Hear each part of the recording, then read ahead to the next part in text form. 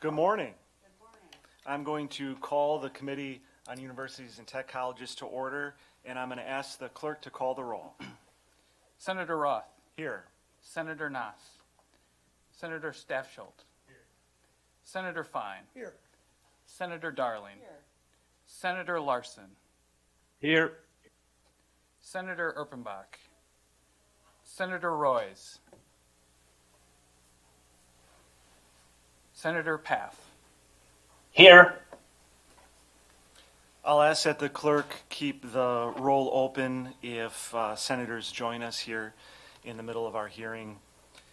Also want to welcome not only those who are here with us today, but people who are watching right now. This is on Wisconsin Eyes, so we welcome you whatever time of the day that you are going to watch us. We welcome you to our hearing today. Today's informational hearing will cover a topic of international security in institutions of higher education. The university system in the United States is world-renowned for its innovation in scientific and technological discoveries. This includes our own University of Wisconsin-Madison, which ranks 8th in the nation as a research institution. It's because of that reputation that universities across the nation have become soft targets for those who wish to exploit our openness and do us harm. In the past few years, numerous security breaches have led to increasing concerns of foreign interference and threats to universities around the nation, especially those which conduct sensitive research. Allow me to cite a few examples. In December 2019, a Chinese Harvard-affiliated cancer researcher was caught trying to smuggle 21 vials of stolen cell samples to his home country. A researcher at the University of Kansas was indicted in August 2019 on charges of concealing the fact that he was working full-time for a Chinese university while conducting sensitive research at the University of Kansas funded by the United States government. Last July, the FBI arrested 4 Chinese nationals posing as graduate school researchers. They were actually Chinese Army officers. One of them, Xin Wang, was working in a medical lab at the University of California, San Francisco, funded by the National Institutes of Health. Wang admitted to being a major in the Chinese People's Liberation Army and employed by a military lab in China. He was deported. Finally, Bo Mao, an associate professor at Xiamen University in China, became a visiting professor at the University of Texas in the fall of 2018.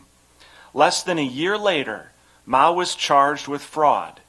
According to the criminal complaint, Mao entered into an agreement with an American Silicon Valley tech giant to obtain its circuit board, claiming it was for academic research, and then handed it over to a subsidiary of Huawei, the Chinese telecommunications conglomerate.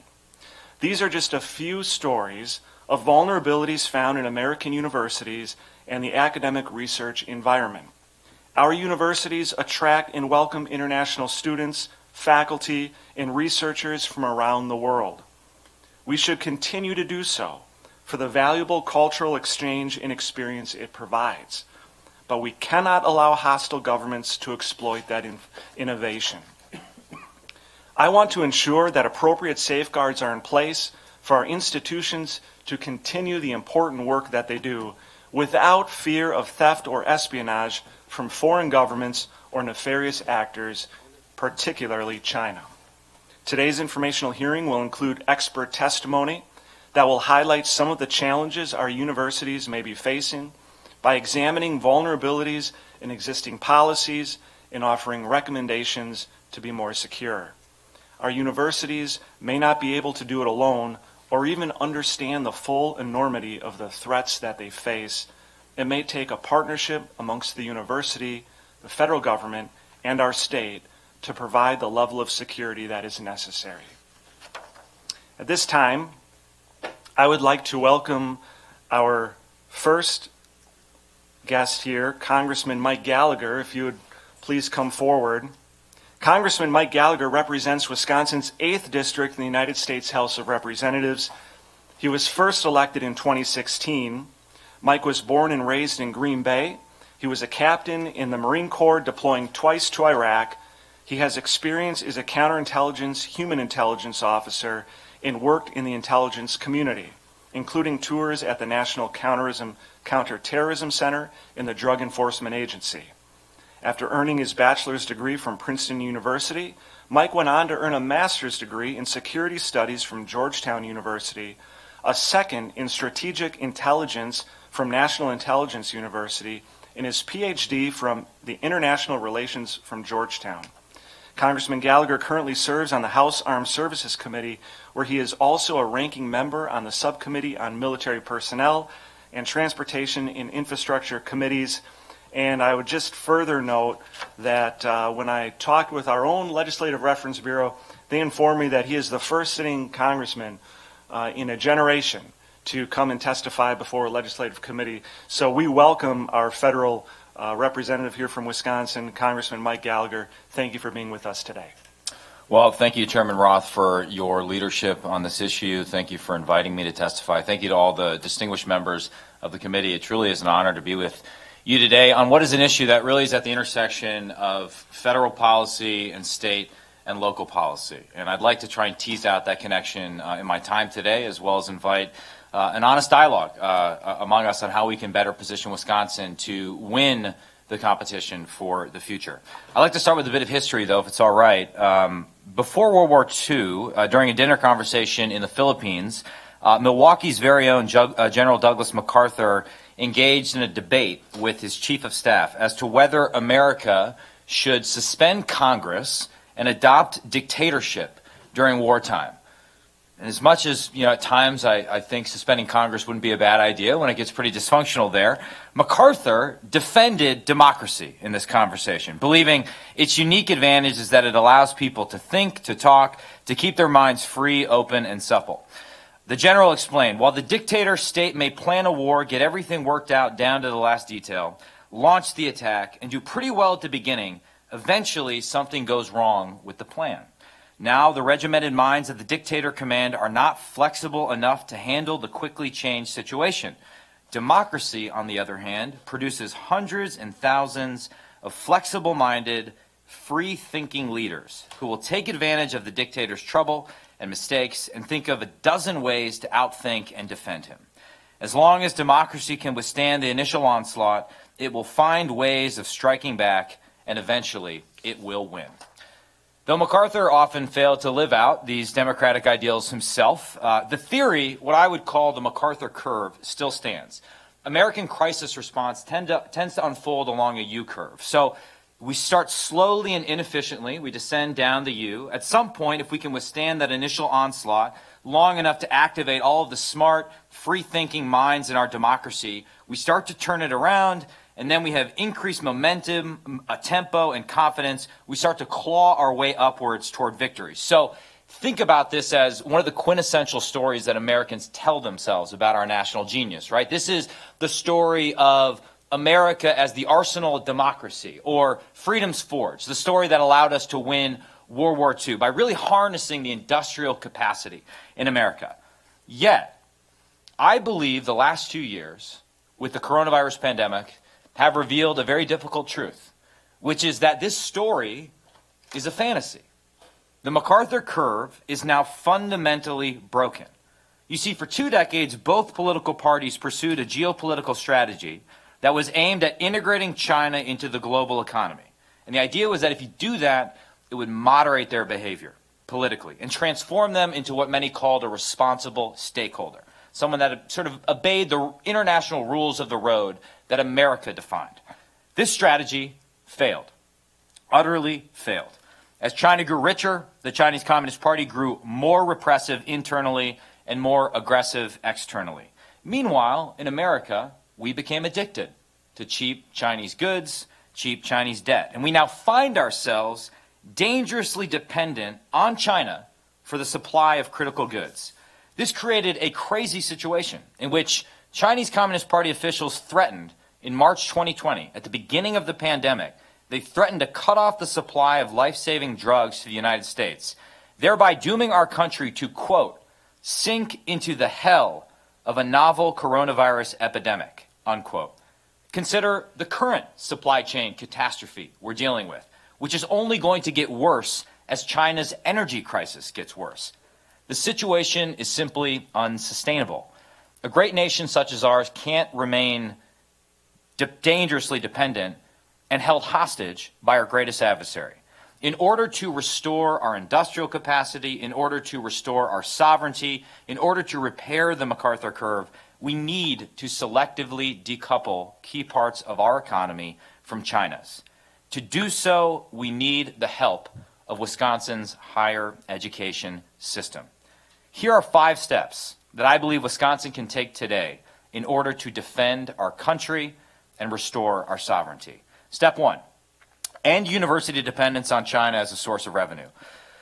When the Chinese Communist Party really wants to kill a policy proposal, they recognize that they have a branding issue in the United States. And so rather than acting directly through their embassy, they'll mobilize proxies that often have a vested financial interest in a given outcome. Sometimes they know they're working on behalf of the Chinese Communist Party. Sometimes they're just pursuing their own financial interests. But regardless, the financial dependency gives the CCP leverage over American entities and inevitably leads those entities to lobby against tough on China policies. A good example of this is the Confucius Institute network, which has rightly come under scrutiny for their lack of transparency and censorship. As one Senate report found, as of 2019, there were Confucius Institutes at more than 100 American colleges, receiving more than $150 million from the Chinese government. At the federal level, we've taken bipartisan steps to ban Confucius Institutes. And I applaud UW-Platteville for closing its Confucius Institute earlier this spring. But some universities, University of Michigan, Tufts, are simply renaming their Confucius Institutes to get around federal restrictions and in order to get access to Chinese cash.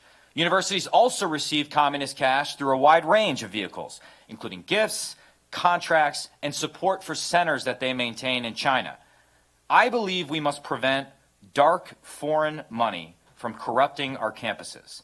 At a minimum, the entire University of Wisconsin system should commit to full transparency when it comes to foreign sources of funding. Some recent Department of Education investigations have the total amount of undisclosed foreign donations upwards of $5 billion in the United States. Until American universities come clean and end these dependencies, they will feel compelled to stay within the CCP's good graces, censoring speech, and allowing their students to become targets for United Front work, a concept I will return to in a bit. Step 2, block technology transfer on college campuses. As Australian expert Alex Josky has chronicled in his groundbreaking report, Picking Flowers, Making Honey, the CCP has a concerted strategy to send researchers abroad to steal technologies and then bring them back to China. The chairman referenced a few high-profile cases that we saw here in the United States. In response to Josky's report, I authored something called the PLA Visa Security Act, which would prohibit individuals employed or sponsored by any Chinese military institution from receiving F or J visas to study in the United States. 2 years ago, the Trump administration rightly and effectively implemented this policy via executive order. And notably, to give you a sense that there's bipartisan support here, the Biden administration has yet to revoke this executive order, though they have put some exceptions into it. Universities must recognize that this is not going away, and therefore they must not only comply with this order, but also exercise more ownership over who they allow to conduct sensitive national security-related research on their campuses. They cannot assume that even individuals who receive visas to study in the United States are fully vetted. And there are a growing variety of official government blacklists related to China. There's the Commerce Department's entities list. There's the Defense Department's Chinese Communist military companies and military civil fusion contributor list. Leave it to DoD to come up with a very complex name. There's the Treasury Department's non-SDN civil military industrial complex companies list. Wisconsin should not allow anyone affiliated with the Chinese entities on these various blacklists to conduct research at their universities. Public universities must also end collaborative research in China or with Chinese research institutions because of Chinese law, which means that any technology or research conducted in China or with Chinese entities could at any time be used to advance the malign interests of the Chinese Communist Party. And those interests include retaining party control at all costs, undermining American leadership, and committing genocide. Which leads me to step 3, defund the communist genocide. Over the weekend, you may have seen there was a report from the Financial Times that China tested a nuclear-capable hypersonic glide vehicle that flew into low Earth orbit space before landing. These missiles are dangerous not only because they can go very fast, but because they can maneuver while going very fast, and therefore they undermine our early warning and our missile defense system here at home, meaning the Chinese could target ports, major American cities, and whatever else they want in a Taiwan scenario, for example. More troublingly, it apparently caught our intelligence community completely off guard. There was one source that said we have no idea how they did this. Well, the thing is we actually do, because we know that the Chinese hypersonic program has benefited from access to American semiconductor technology. We know this. It's a documented case. And this problem is indicative of a larger dynamic in the U.S.-China competition. You see, China has a holistic vision of national power that combines military and commercial technology. This is known as military-civil fusion. Under military-civil fusion, there is no purely civilian tech industry in China. Any firm, any innovation can be co-opted at any point by the CCP. Despite this, many American technology companies, many universities, and many investors continue to partner with Chinese researchers and technology companies under the auspices that they're working on civilian, non-threatening technologies. But as we saw with the hypersonic test, as we saw with scientific collaboration at the Wuhan Institute of Virology, as we see every single day in Xinjiang, all we are doing is handing the CCP the tools they need to kill Americans or to commit genocide. And it's not just me that said that. We now have 2 administrations, the Trump administration, the Biden administration. Most Western European parliaments have gone on record and called what China is doing in Xinjiang officially a genocide against Uyghur Muslims. Over 1 million Uyghur Muslims enslaved in a concentration camp in 2021. Yet, American capital, American money, American retiree money continues to flow into China as asset managers on Wall Street chase double-digit returns. Consequently, the retirement security of millions of Americans is connected to the profits of Chinese companies that are complicit in genocide, in the profits of Chinese companies that are building things designed to kill Americans in a future war. It's hard to imagine a more perverse situation as this. Universities need to know about this because the only way to stop this insanity, in my opinion, is to prohibit American university endowments and to prohibit state and local pension funds from investing in Chinese companies or in indices like MSCI that have been corrupted by the Chinese Communist Party. I will be introducing federal legislation to this effect. I will work tirelessly to get it passed into law, and I encourage my state colleagues to do the same.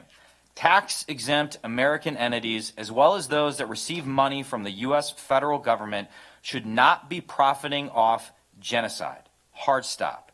Those who manage university endowments and state pension funds also have a basic fiduciary responsibility to their investors to stop pouring their retirement money into China.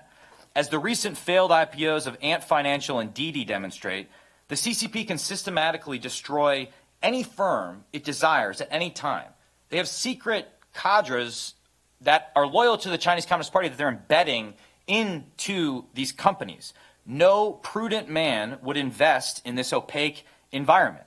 No prudent man would invest in genocide, and no American would invest in weapons for our greatest enemy. Step 4. Win the technological fight for the future. The previous 3 steps I outlined could be considered defensive in nature. They seek to slow down China in an economic competition by limiting the transfer of money, technology, and funding to our adversaries. But as any Chicago Bears fan will tell you, defense will only go so far. You need an offense. Federal research and development funding has declined from approximately 12% of the federal budget in the early 1960s to approximately 3% today, or from 2% of GDP at the height of the Cold War to 0.7% of GDP today. We have bills in Congress we're trying to pass at the federal level to fix this decline. such as the Endless Frontiers Act, which would invest $100 billion over 10 years in strategic technology sectors critical to U.S.-China competition, such as AI, robotics, quantum computing, and biotechnology. Within something called the U.S. Innovation and Competition Act, we would fund the CHIPS Act to the tune of $52 billion, which would create incentives for the domestic manufacturing of semiconductors. If we pass these bills, and I'm hopeful that we are able to get sort of past the current partisan mess in Congress and do that, the University of Wisconsin system is very well positioned to become a world-leading regional technology hub. And Wisconsin should seek to become a semiconductor superpower, given how important chips are to geopolitical competition. But it won't happen if our K-12 system and our higher education system can't produce workers, and it certainly won't happen if our higher education system cannot guarantee that federal government dollars aren't flowing to Chinese spies or Chinese technology that's going to be used against us. If we step up, if we proactively take measures that give confidence to the idea that we can safeguard federal funds, I believe the UW system will be in an incredible position to lead when it comes to the technologies of the future. Step 5, and finally, cultivate more cannons. I'll get back to what that means. The Chinese Communist Party primary tool of influence is called United Front Work. You're going to probably hear more about that from Peter Mattis, who's a true expert, and some others you're going to talk to later today. But United Front Work basically is methods to influence overseas Chinese communities, foreign governments, and other actors to get them to take actions or adopt positions supportive of Beijing's preferred policies. So Confucius Institutes are an example of United Front Work. There's more aggressive examples, such as outright bribery or extortion, economic coercion.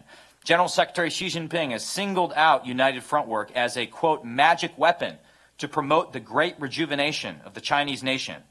But, in my estimation, our defense and intelligence communities have a poor understanding of United Front Work.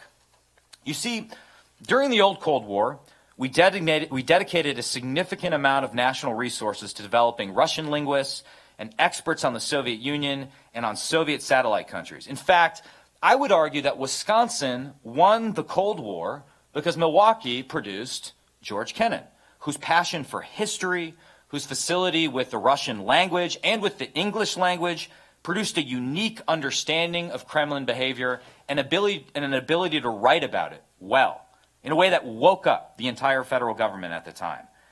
Today, our universities need to do the same.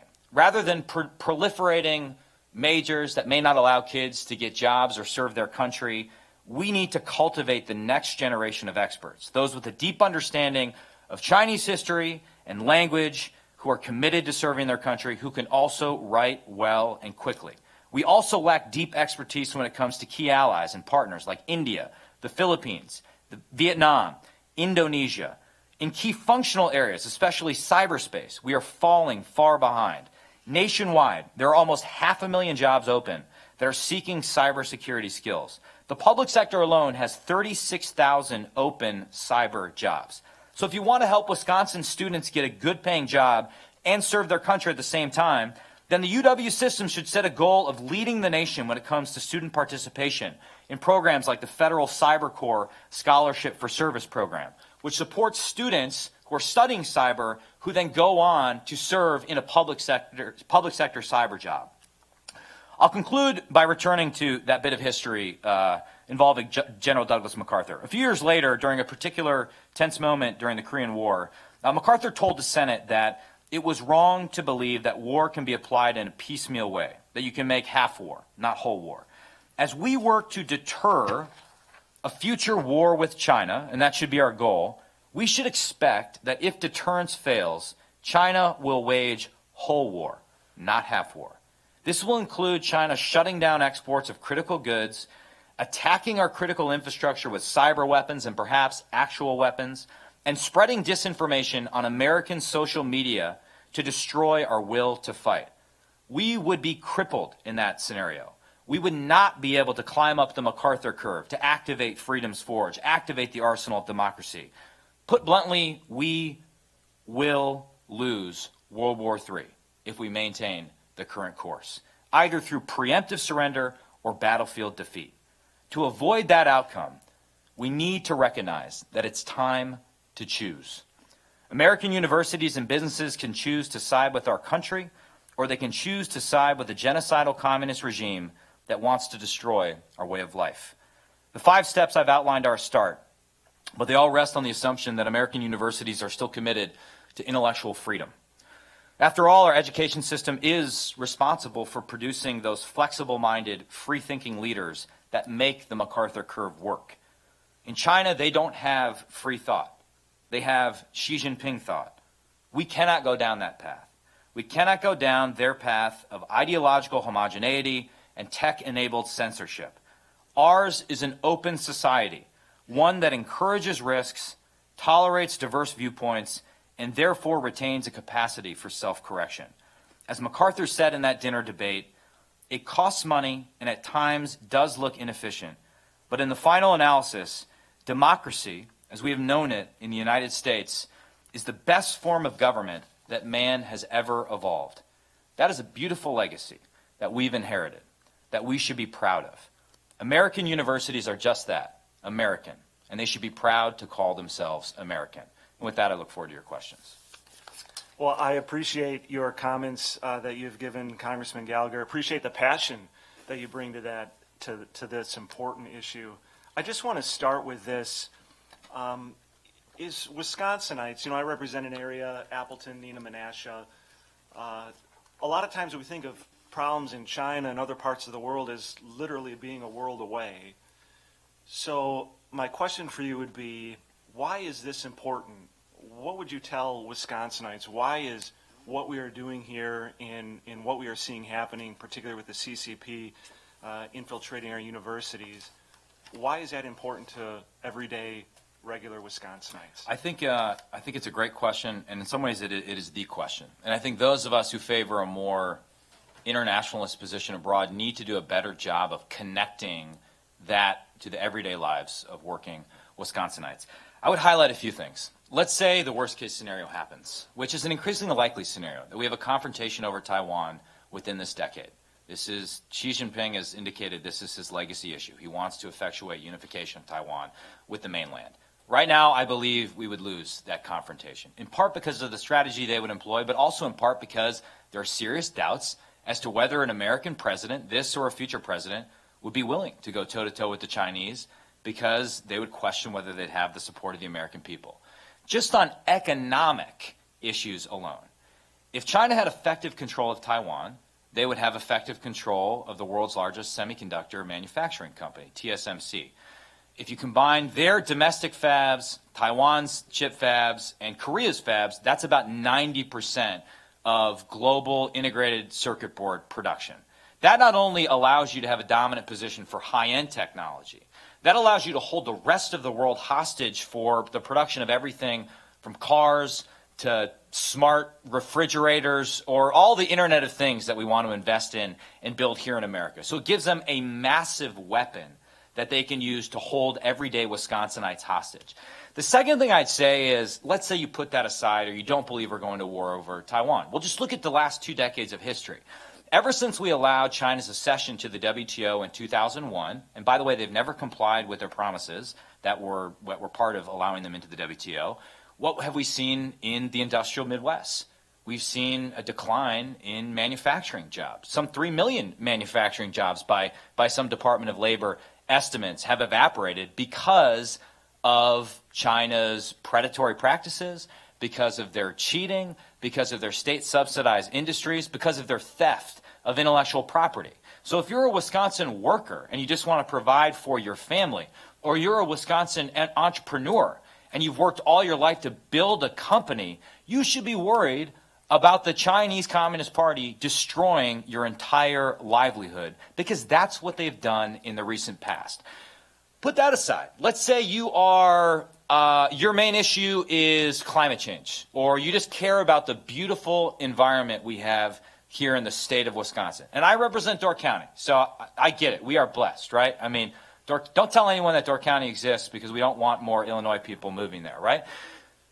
The Chinese are the worst actor in the world when it comes to stewardship of the environment, right? And it's not just polluting the air, dramatically increasing coal-fired power plant production. By the way, Any climate change agreement they agree to with this administration will not be worth the paper it's printed on. The increased coal production by 50% in Inner Mongolia, it's a fantasy. They'll eventually diversify their energy industry for their own reasons, but not because of an agreement we have with them.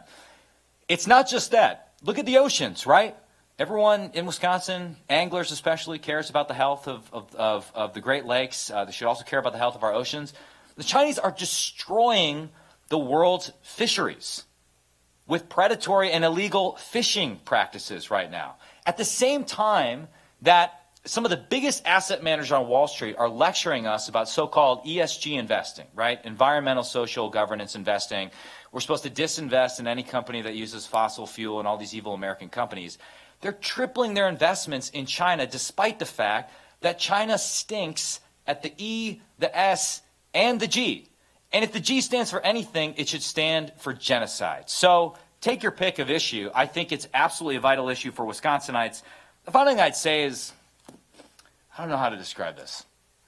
Shouldn't it offend all of us as Americans that this foreign country is able to bully some of our major industries into censoring themselves? Whether it's the NBA bending the knee to General Secretary Xi to avoid screwing up their profits in China, or whether it's Hollywood censoring movies like the Top Gun sequel that has yet to come out, or the Red Dawn remake, or take your pick, right? Some of the same people that are lecturing us about how America is such an evil place are the ones that are bending over backwards to make a marginal dollar in China and doing the bidding of the Chinese Communist Party. And regardless of whether you're a Democrat, Republican, Independent, as an American, that should offend you that a foreign country is able to bully some of our biggest industries in that way and convince them to spread some anti-American narratives. You mentioned in your remarks about UW-Platteville closing their Confucius Institute. I guess the two questions I have for you. Prior to the closure, have you had any direct conversations with UW-Platteville about their Confucius Institute? And then secondly, you mentioned that some universities around the country are closing them in name only. Can you describe for us what that means and how that works? Yeah. Well, I would say I had a series of productive conversations with the chancellor at UW-Platteville. And to his credit, after I had voiced my concerns, he came to my office in Washington, D.C., and we had a very candid conversation behind closed doors in which I expressed my concerns. I think initially his response was, we have adequate safeguards in place. It's not resulting in any self-censorship. No one's, being denied having a lecture on, PLA island building or Chinese Communist Party human rights abuses. But as more and more information became available about Confucius Institutes and where the money was actually coming from, I do believe, and we maintained a conversation, I do believe he and the UW system made the right decision to close down the Confucius Institute. Now, I wish they had closed it down before, but I think at the end of the day, this was a positive example of what happens when we have that sort of frank dialogue back and forth and arrive at sort of the right position for Wisconsin. And I'm optimistic that we can build off of that going forward. As for, we've had a few stories since then as federal laws have came out enhancing restrictions on Confucius Institutes. Some organizations have simply, because the federal law specifically refers to Confucius Institutes, by renaming the institute, they've been able to continue its existence on college campuses. And I would say it's not just universities. I singled out University of Michigan, not just because I'm Wisconsinite. My wife is a Michigan grad, so she's going to punish me for that. But it's really endemic in the think tank community and in sort of the foundation community. So, for example, the George H.W. Bush U.S.-China Cooperation Center, forgive me if I'm not getting the precise name of it, so upwards of 70% of its entire budget is funded by the Chinese Communist Party. I think that's simply unacceptable. I went to graduate school at Georgetown. There was a Department of Education investigation into what's called Section 117 of the Higher Education Act recently, where basically twice a year universities are supposed to disclose if they get any foreign donations or gift with a value of $250,000 or above.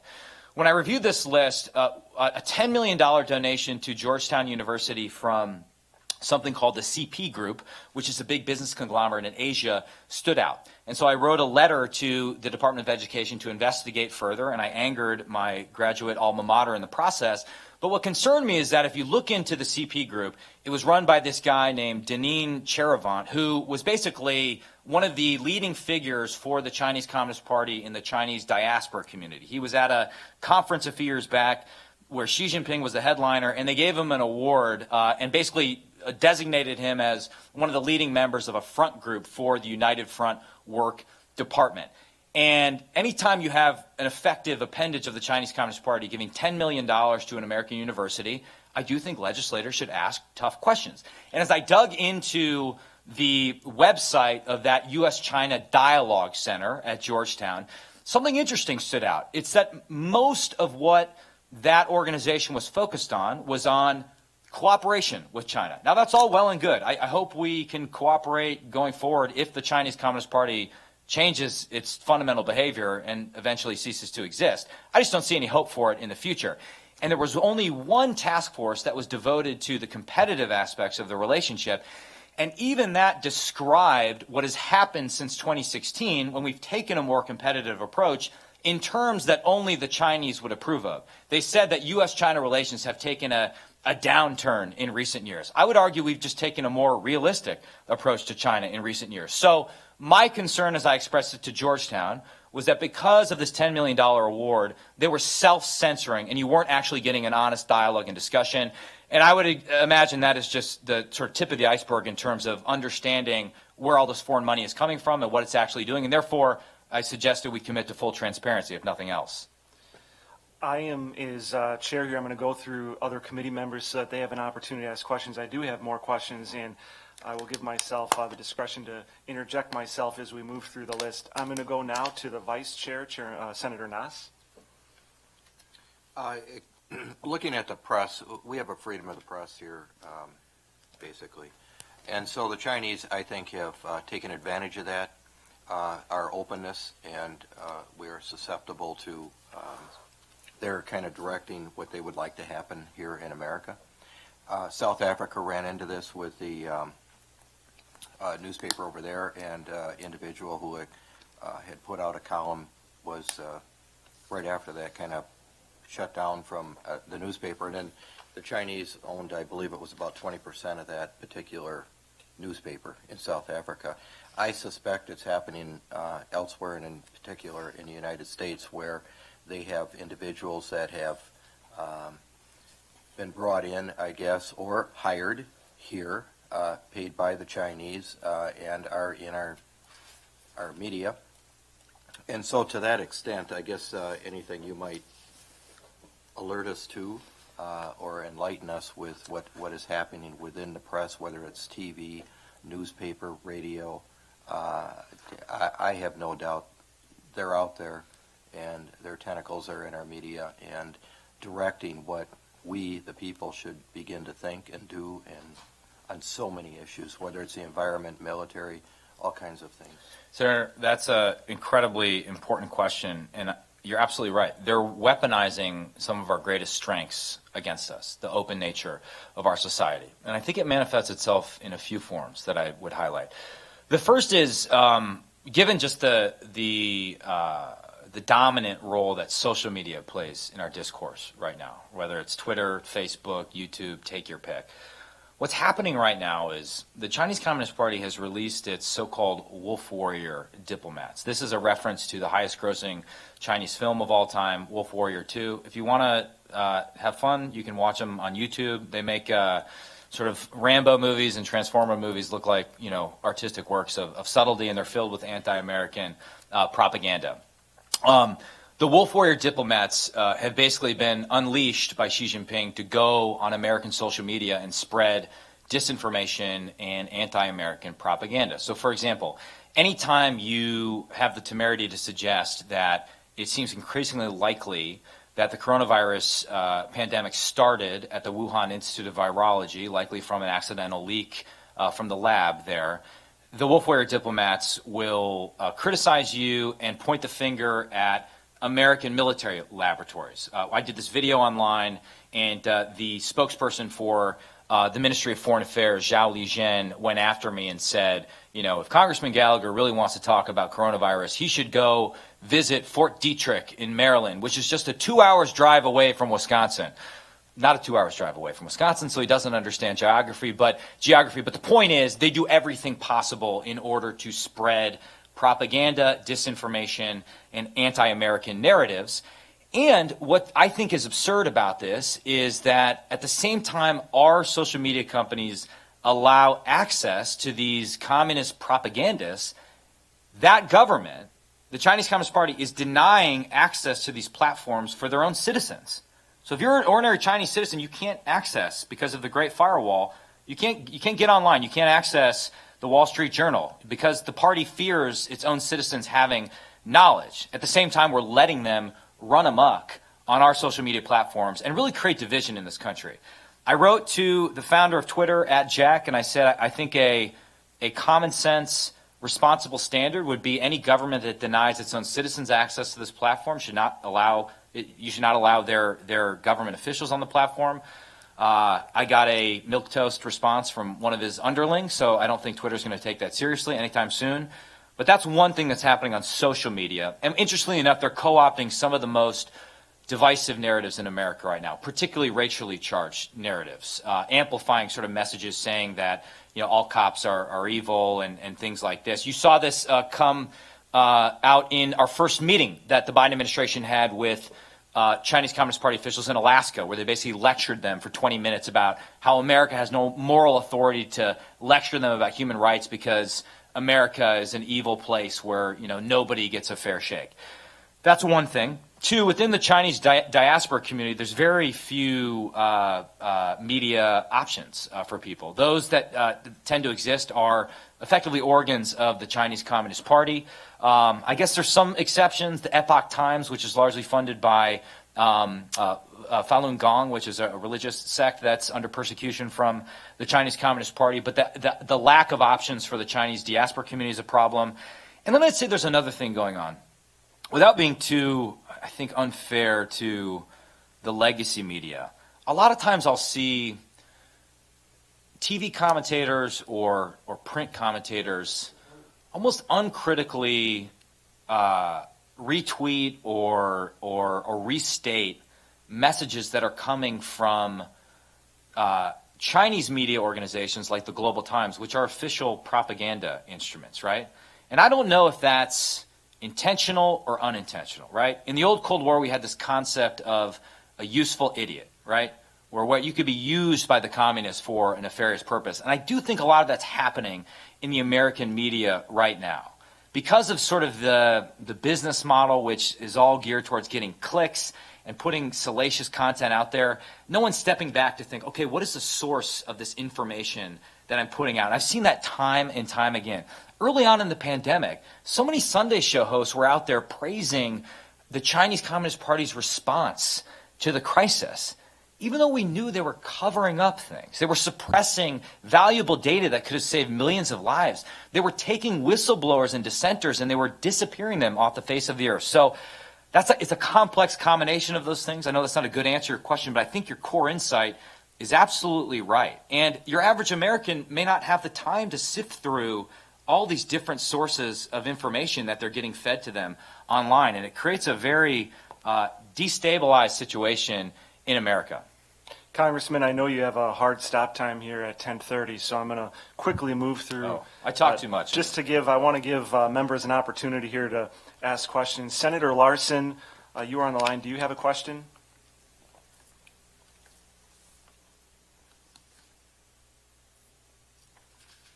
I'm going to take that as a no. Senator Royce, do you have a question? No, thank you. Senator Fine? Thank you, Congressman. You mentioned a couple lists, 4 or 5 lists, blacklists, whatever you want to call them. Do the universities have access to that list to verify information about researchers and things like that? They do. They're all out there. One of the problems is the federal government, quite frankly, doesn't do a good job of synchronizing these lists, so it can be very confusing, even for people within the executive branch, to understand the overlap between the lists. But they're out there, and certainly if you have any problems getting access, I'd be happy to help with I that. guess a follow-up, well, what does the federal government do good? Yeah. Senator, That's a good question. I'll have to think and get back to you on that. Senator Paff.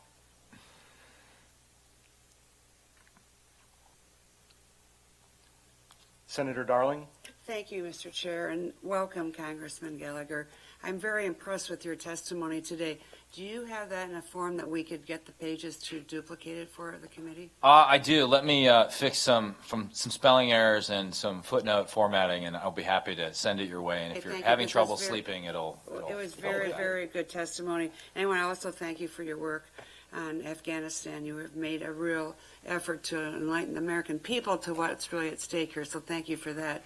But to this topic, it's very provocative, and my question would be, how would you explain to somebody about the free enterprise system and your comment to limit our relationships with the Chinese government? Yeah, I would say, and honestly, the most pushback I get, particularly from Wall Street and I'd say just the business community, the Chamber of Commerce community, when I talk about selective decoupling is, well, you're interfering with free enterprise, you're interfering with free trade. How is that a conservative position? I would say this. One, we're not engaged in any sort of meaningful free trade or fair trade or free enterprise as long as the Chinese are cheating on every major agreement that they've ever inked with the international community, particularly trade agreements. Two, our economies have never been fully coupled together. They're deeply intertwined, which is what makes this competition far more difficult and complex and different than the old Cold War with the Soviet Union, because our supply chains didn't run through Stalingrad. We weren't dependent on the Soviet Union for production of rare earth minerals or advanced technology or take your pick, advanced pharmaceutical ingredients. But after the Tiananmen Square incident, after a variety of other things, we had an arms embargo with the United States, with China. We have the Committee on Foreign Investment that we recently reformed and gave more tools in recent years so we could screen Chinese investments in the United States. And finally, the Trump administration, to their extreme credit, I think, took action under Section 301, trade action, in order to counter some of the predatory practices that really interfere with our free enterprise system. And so I would say selective decoupling or demanding that the Chinese play by the rules is an essential part of ensuring that American companies, Wisconsin workers can compete within a truly free enterprise system, can compete in a competitive global environment without a hostile foreign power cheating. So that's just one answer to that question. Could I follow up, Mr. Chair? Yes, you may. Briefly, you mentioned how we could act and the university system could act in terms of not having foundations fund Chinese enterprises. But what else could we do as a legislature to ensure transparency? Because what you've said is very troubling, and what's happened in the world with the Chinese in the last couple of days is very troubling. Well, I really do think, among my 5 recommendations, I think probably the most controversial is also the most important. So I suggested that university endowments and state pension funds shouldn't invest in China. Maybe the legislature could take, far be it for me, coming from the federal government, to tell you guys how to do business. I have enormous respect for a legislative body that actually gets things done. Ask questions of the people that manage the state pension fund, the various entities that manage the university endowment, and see how do they assess risk when it comes to China. Are they invested in any indices that have exposure to Chinese defense companies, companies like Hikvision, which are building surveillance technology in order to enslave Uyghur Muslims in China. So before actual legislation, I think there's a series of questions you could ask and hearings you could conduct that would result in a productive dialogue between those in the state who are rightly trying to return profits for Wisconsin retirees, but need to understand that you can't just look at the Taiwan scenario as a distant tail risk. It is a very real risk. We had the former head of Indo-Pacific Command, Admiral Davidson, testify before Congress saying that within the next 6 years, the PLA could make a move on Taiwan. The Chief of Naval Operations, the top naval officer, the Commandant of the Marine Corps, the top Marine, agreed with that assessment. The biggest divide I see right now is between the national security community and the financial community. So I think there's a lot you could do as legislators that would bridge that gap. I've thought at the federal level about lobbying reform. My view is if you're a former member of Congress, you shouldn't be allowed to go lobby on behalf of a Chinese state-owned company. We've seen that with ZTE. Former senators have lobbied on behalf of ZTE. Former chairmen of national security committees in the House of Representatives have are lobbying on behalf of Chinese companies. I think there's a whole set of reforms there that there's a mirror image at the state level, I would imagine. And then finally, if you sort of buy into this idea that we need to rebuild industrial capacity for a crisis in the future, I wonder if it's worth revisiting the conversation we had at the beginning of the pandemic about state-level stockpiles, right? We all found ourselves in a situation in the first few months of the pandemic where states were entirely dependent upon the federal government for getting access to critical equipment, testing reagent, and things like that. I wonder if we can sort of bring some of those resources back down to the state level as opposed to giving the federal government authority over everything in the event of a future pandemic or a war-type emergency. So just a few ideas there off the top of my head. So, Congressman, great power competition isn't something that is new to the United States. As it relates to higher education, are there other nations in the world that are on a similar level when it comes to research theft as China that you see? And then second to that, from a historical perspective, what is it about the CCP that is new and different from perhaps what we may have faced from the prior Russian communist era in Eastern European nations? Great question.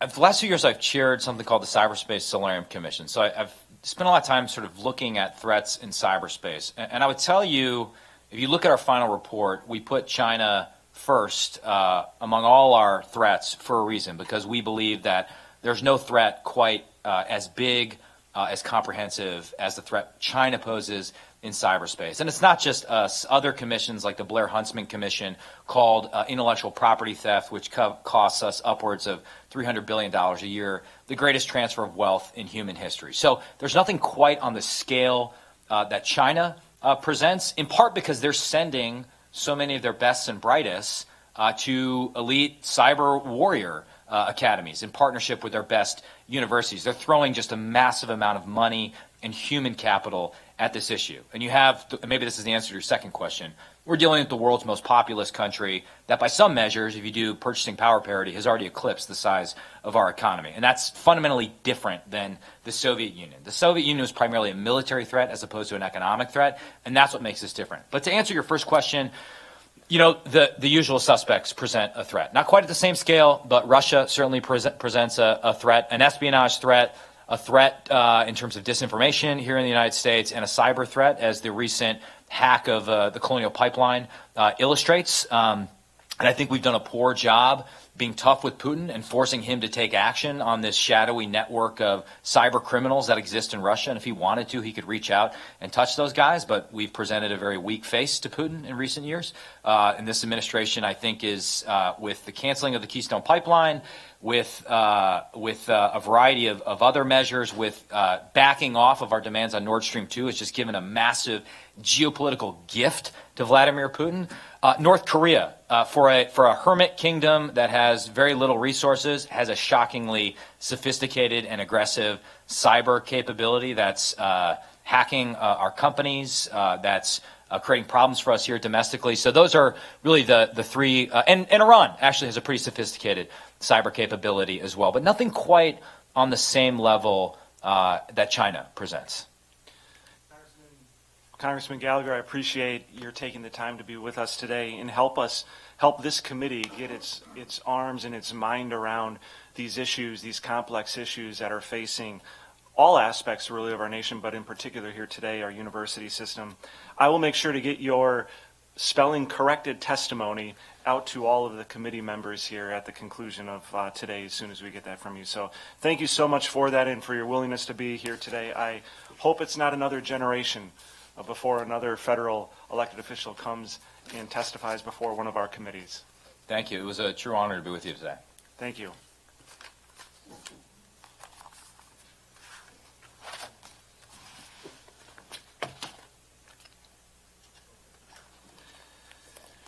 At this time, we are going to take a break in our lineup of informational speakers. We're going to move into the public hearing to hear from the bill author of Senate Bill 557, Senator Strobel. After his testimony and testimony from the UW, if time permits, we'll return to the informational hearing for our remaining speakers.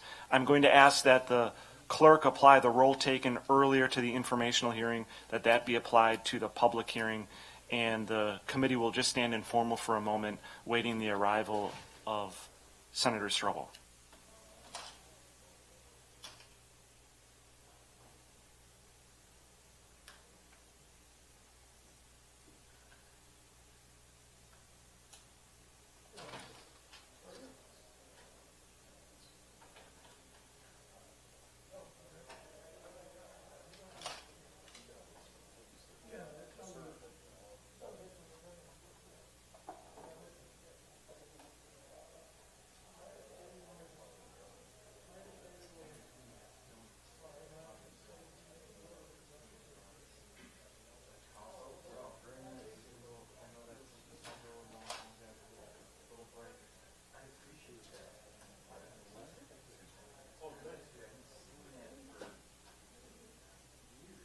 Very nice committee meeting. It's not over yet. Let's take a quick break, but yeah, good to see you.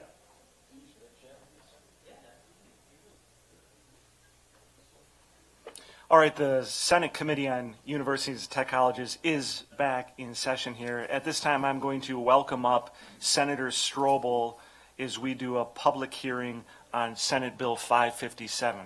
Senator, welcome today. Good morning. Good morning.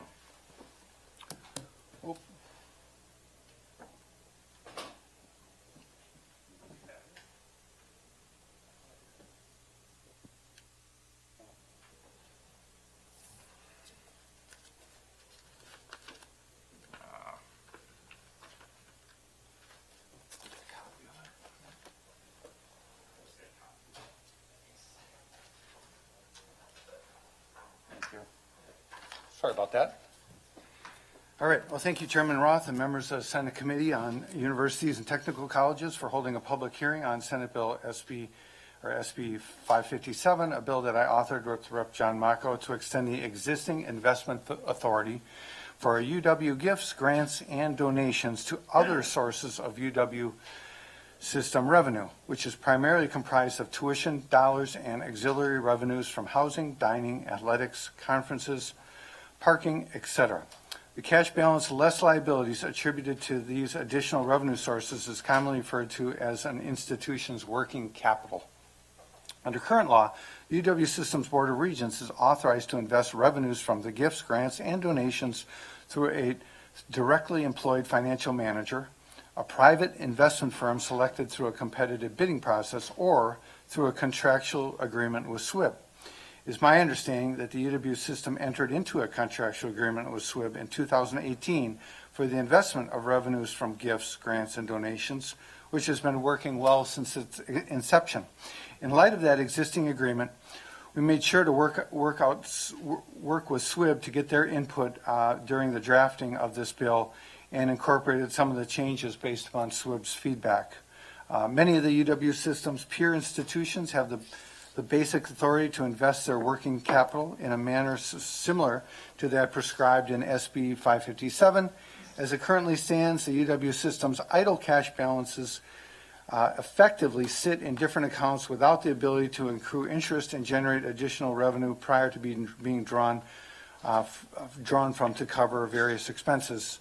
SB 557 would allow the working capital of UW system institutions to be invested in liquid, low-risk, intermediate-term investments while maintaining protections to the financial position of the state and the UW system.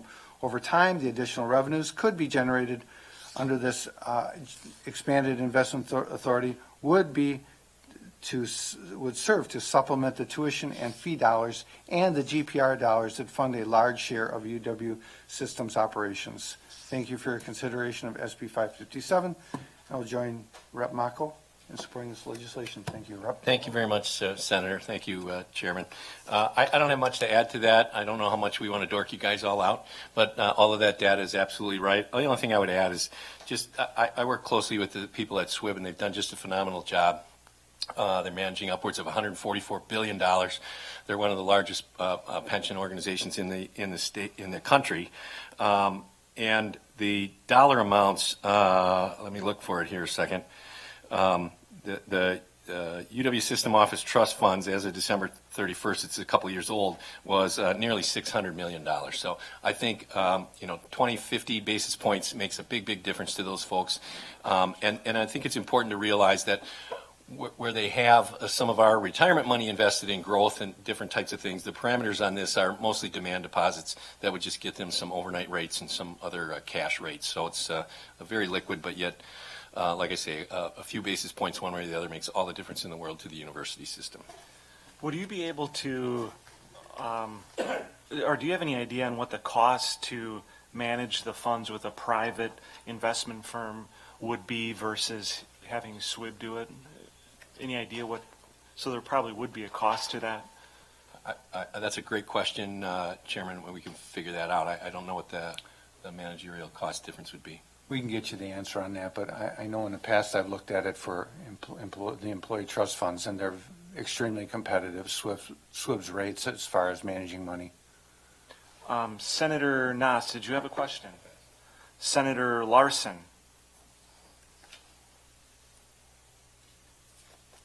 Senator Erpenbach.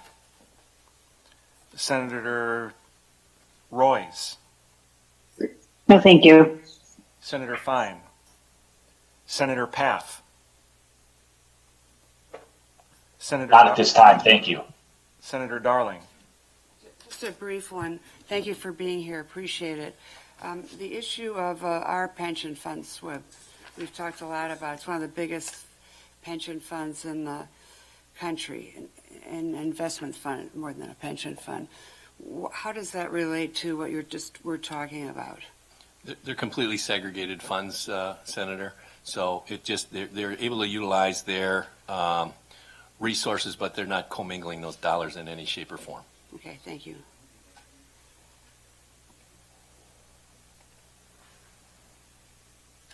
Seeing no other questions from the committee, thank you for your testimony. Thank you very much. We do have some time built in here.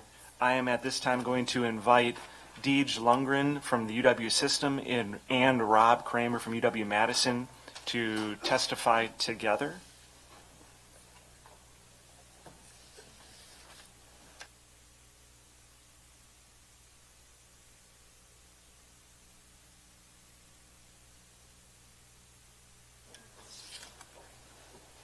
Just if you can just hold a moment there in the hot seat, I just want to go to Ledge Council on the question that I had asked the previous senators.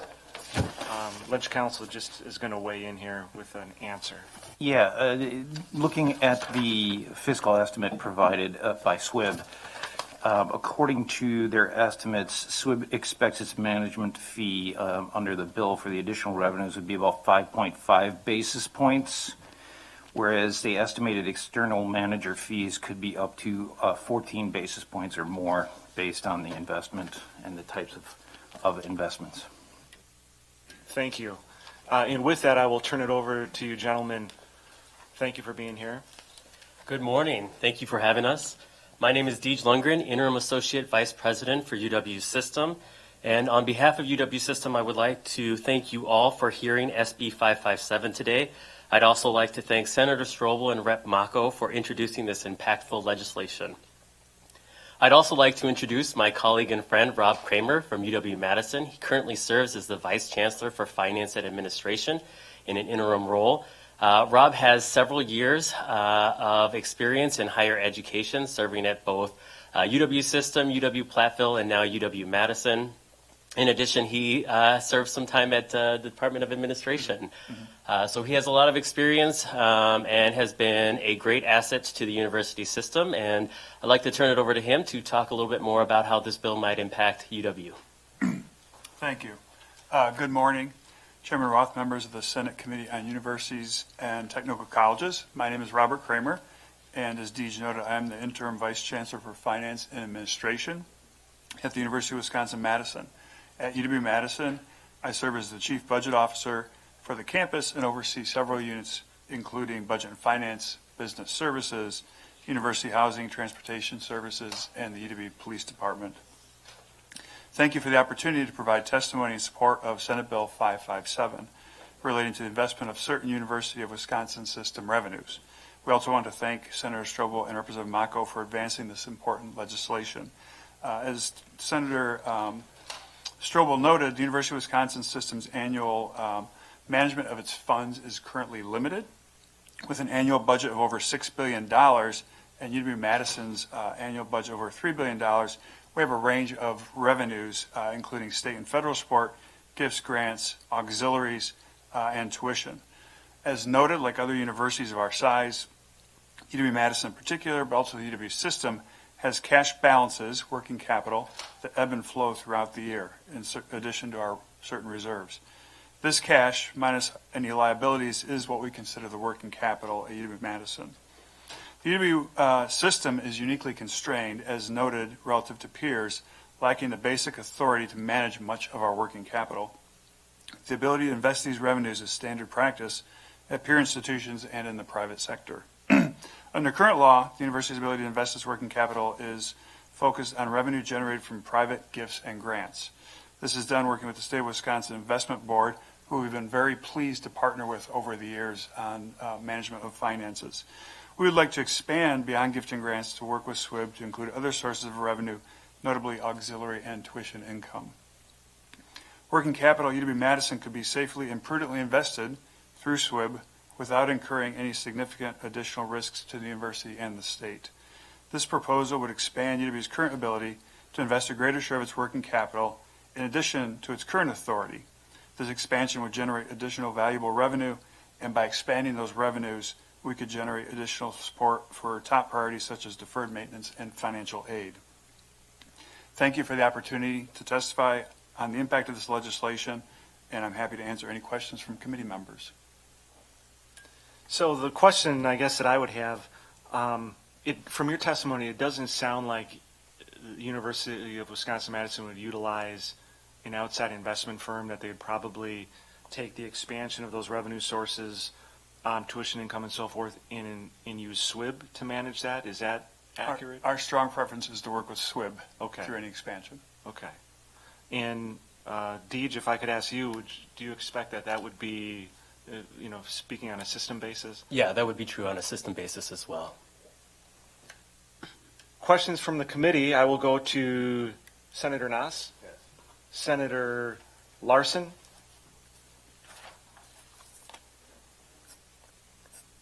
Senator Erpenbach is at a joint finance hearing. Senator Royce. This time, thank you. Senator Fine. Senator Paff.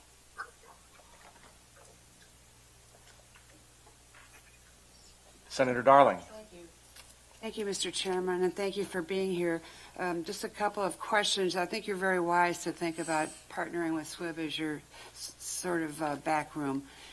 They're very, very good and have a wonderful reputation. Because they have that great worldwide reputation, I think you're very wise to choose them.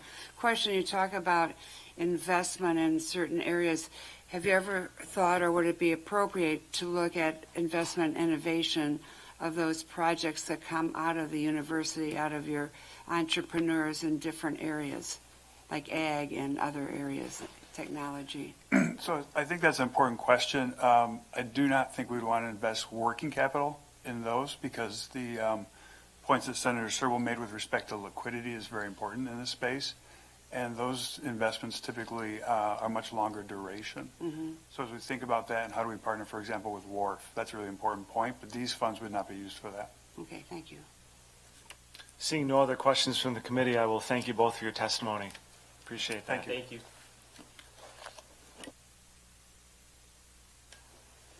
registrations, we have Kathy Kilgore from Academic Staff Professionals Representation Organization. We have Rachel Valverde from WMC, and both are registering in favor.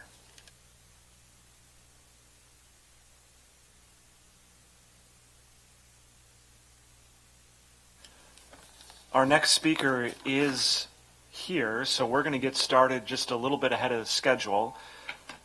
Before we go to our speaker, who'll be joining us virtually, so I can't make this offer to Peter.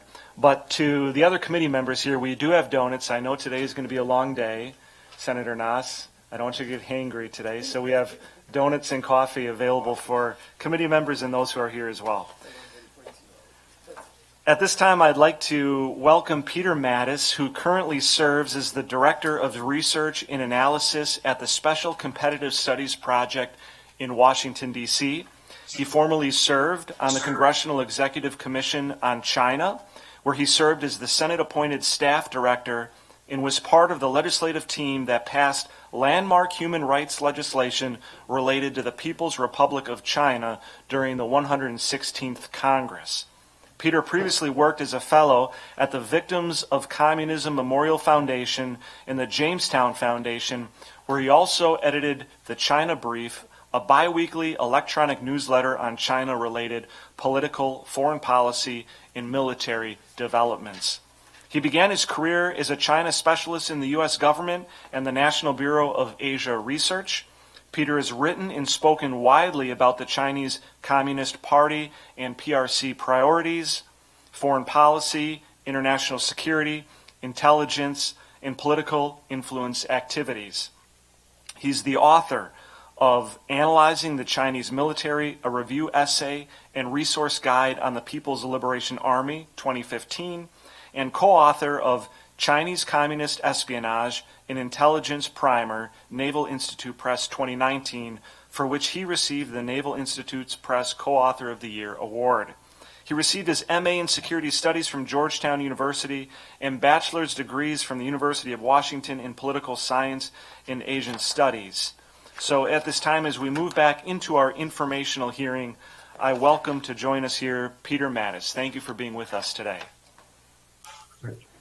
Thank you very much for having me here today. Yes, as a Washingtonian, UW will always mean the University of Washington rather than the University of Wisconsin, but I hope you'll forgive me. A quick note that I'm presenting here in my personal capacity, and the views that I express are my own. As Congressman Gallagher noted, I'm happy to speak on a range of subjects and to take your questions, but my friend covered the landscape quite well, and I'm going to speak more directly to the issue on university campuses and what should be thought of there. And hopefully my testimony can help you frame your conversations with your UW system and the kinds of considerations that you should have. I do want to make one point clear that in all of these discussions, it's quite important to put the Chinese Communist Party, its intentions and its activities at the forefront. Because at the end of the day, or perhaps even the beginning, the first victims of the Chinese Communist Party have been the Chinese people, right? And since the founding of the People's Republic of China in 1949, somewhere around 60 to 70 million, we don't exactly know, Chinese people have been killed because as a direct result of the policies of the CCP. And many of the people that are involved in tech transfer, in intelligence, are pressured to participate, and they're forced to make choices between what their commitments in the universities, the companies, the countries that they choose to be in, and the safety of their friends, their family, and perhaps themselves when they return to the PRC. So I think it's important to put the CCP at the center and to follow their activities out from there in any of these kinds of discussions. And it helps us frame this in the right way. I think the first question that comes up when you discuss the role of the party on foreign university campuses or on U.S. university campuses, those campuses outside the PRC, is a question of why. Why would they be there, right? This is a domestic political party that governs a country. So why would it be present in these campuses. And the first is it's mostly about security, or it begins with security, that they want to be there because there are Chinese people there, that PRC students go abroad, that PRC researchers go abroad, and the party wants to be able to monitor them. The reason they want to do this is that they have a preemptive approach to national security. In recent years, they've passed quite a number of national security related legislation. And those pieces of law have essentially formalized the way that the party operates and made it publicly clearer what the expectations were. And under the national security law of 2017, Articles 2 and 3 define the threats to the party, or what security is. And national security is defined in this law as the relative absence of threats to the party's ability to govern.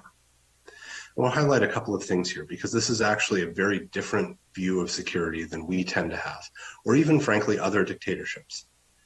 When we think of security, we think about our ability to manage risk and resilience in the face of catastrophe. But if they're pursuing an absence of threat, and that's what they consider to be security, it's worth remembering your sort of intro to philosophy or intro to epistemology type learning in a science class, that you can't prove a negative, often case. So this creates an impetus for them to constantly be pushing further and further out to prove that there aren't threats. So there's no natural limit. It doesn't stop at the PRC border. It doesn't stop when it goes halfway across the country. It doesn't stop with the activities or thinking of a foreign government. It goes all the way down to individual Chinese students on university campuses. The second important point here is that this is also about ideas, threats to the party's ability to govern. What are those ideas that the party considers so threatening? Well, they've said this in a number of different ways. Xi Jinping himself, Hu Jintao before him, Jiang Zemin before him, and many others throughout the years. But there's a very useful document that leaked in 2013 called document number 9 that identifies in very explicit terms those threats to the party's ability to govern. The first is a promotion of universal values, the kind of values that are embodied in the Universal Declaration of Human Rights and even in the UN Charter. The idea of civil society, that citizens should be able to organize themselves and take care of their needs and to advocate on behalf of their fellow citizens. Western-style journalism, the idea of a free press, and also historical nihilism, the questioning of the PRC and the party's policies and the direction that they've chosen to go. So when you think about that, some of those ideas are fundamental to the functioning of an American university. And if that is a place where Chinese students are there, the party remembers its own history, and they remember the history of the first Chinese Revolution that took place 110 years ago, and the downfall of the Qing dynasty. Many of the radicals, the reformers, the ones who wanted democracy in the Chinese system and a democratic state to succeed the Qing dynasty, were educated abroad. They formed their connections and friendships abroad. And the party, the CCP, like those, many of those individuals in the party had developed those same connections abroad as well, or received training in Moscow. So they're very aware of this history of Chinese abroad bringing ideas back in. And it doesn't matter how well someone like me speaks Chinese. It doesn't matter how well I could communicate those ideas. Ultimately, it is Chinese people who practice those things: civil society, free press, the values embodied in our Constitution, the ideas of sort of free market activity.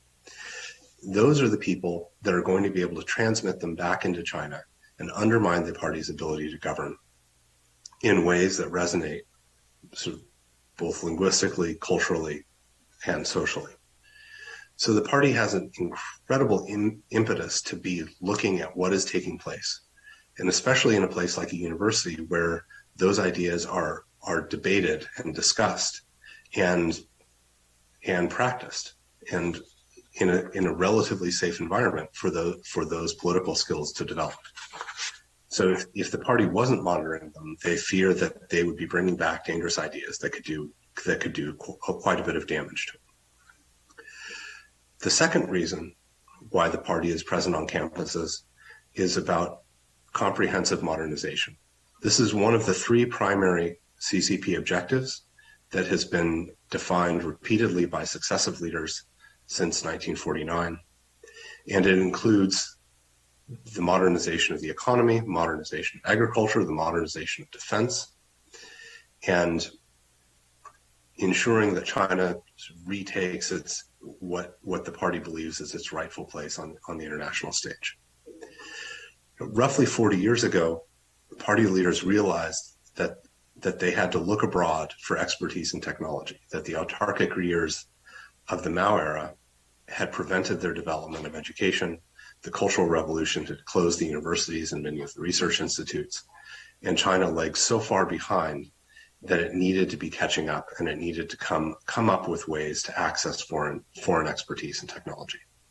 And originally, this was modest. These were modest efforts, right? There were debriefing programs from students and researchers coming back. They could control the exit, whether or not someone could carry a passport and get a visa of PRC nationals, and they would use that as a lever for encouraging students or researchers going out to do certain things on behalf of the state. And of course, aspects of the intelligence apparatus participating and sending people out.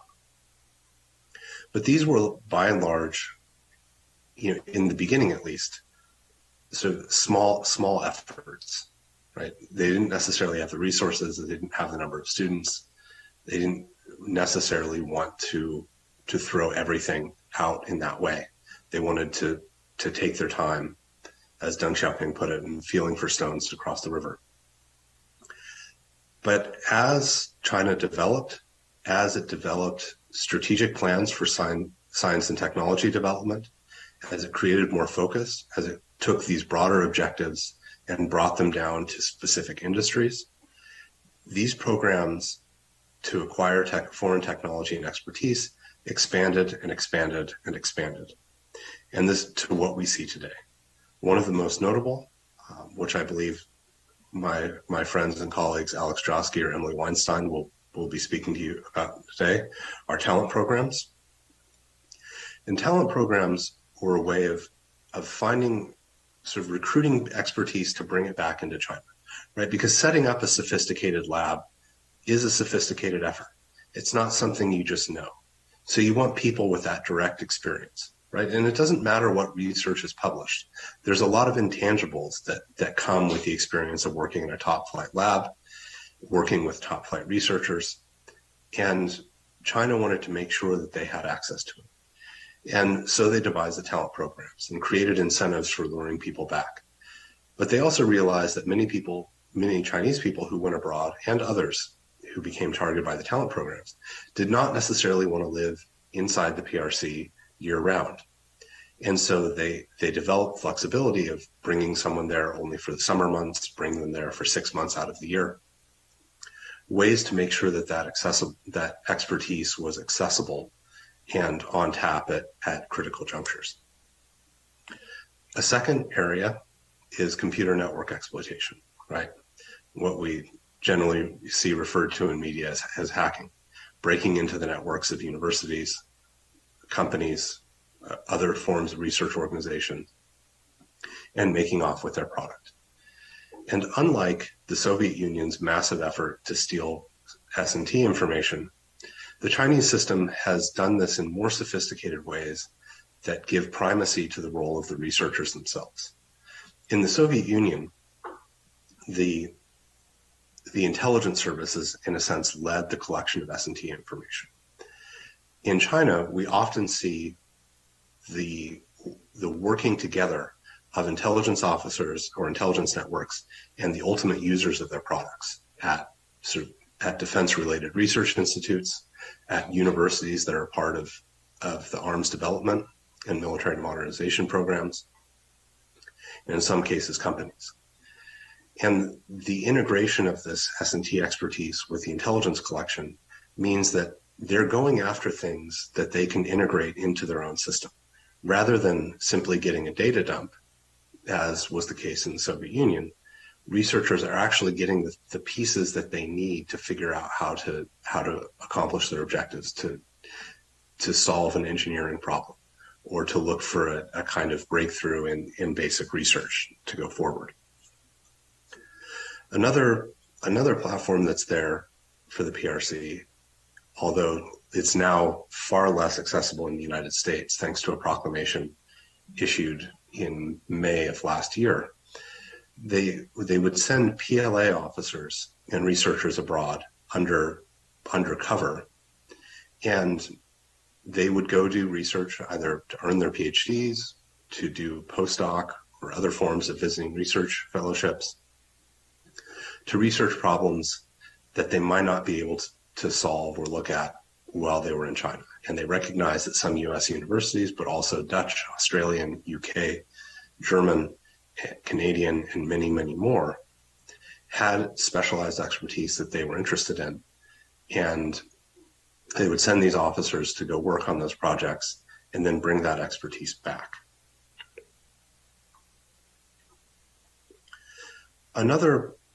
But when you're looking at what the party does, you also have to recognize, as Congressman Gallagher referenced, the effort to influence. Because not only do you have these programs, but you also have the efforts to shape behavior and to ensure that the sort of gates of cooperation remain open, and that the party is able to continuously exploit an open society for its own benefit. And I see some of these as being very similar in their nature, right? As you've briefly discussed Confucius Institutes, but there are also executive training programs. There's the donation of wealthy proxies, as Gallagher referred to in our shared institution at Georgetown. But this Hong Kong tycoons, for example, have donated to a number of U.S. universities, Canadian universities, UK universities, and they have been intended to shape behavior. And whether it's through donations or whether it's through establishing a direct program on a university campus, the idea is to condition the university, or to see what the university will do when the rules are bent or pressed or pushed. And to the extent that any of these programs can not have an impact on a university, it's only because of having clear rules that the university is willing to enforce. But in other cases, you can see efforts to fund and kind of take control of a university's China research effort, not just to manage conferences or a dialogue, but to manage all of the university's research that's related to China. So shaping the way that we understand and see the party and its behaviors in the world, and how we see the Chinese military and party state behaviors at home and abroad. We also have to be aware that things like people-to-people exchanges, for students, creating an opportunity for them to go on a week guided tour or a 2-week guided tour with a partner on the Chinese side, that if you're choosing the wrong partner, you're looking at a program that is actually there to assess Americans for the purpose of influence or for espionage, that's there to test arguments, to see how Americans respond. As Congressman Gallagher referred to, we've seen the party's attempts at influence in the United States being amplifying racially sensitive messages. Well, the issue of how those messages resonated and how they could be argued against was tested out on American delegations that were in exchanges that were going to China in 2017 and 2018. And in those trips is also an opportunity to shape views, to try to influence the understanding, and to say, see, this is what an on the ground view looks like.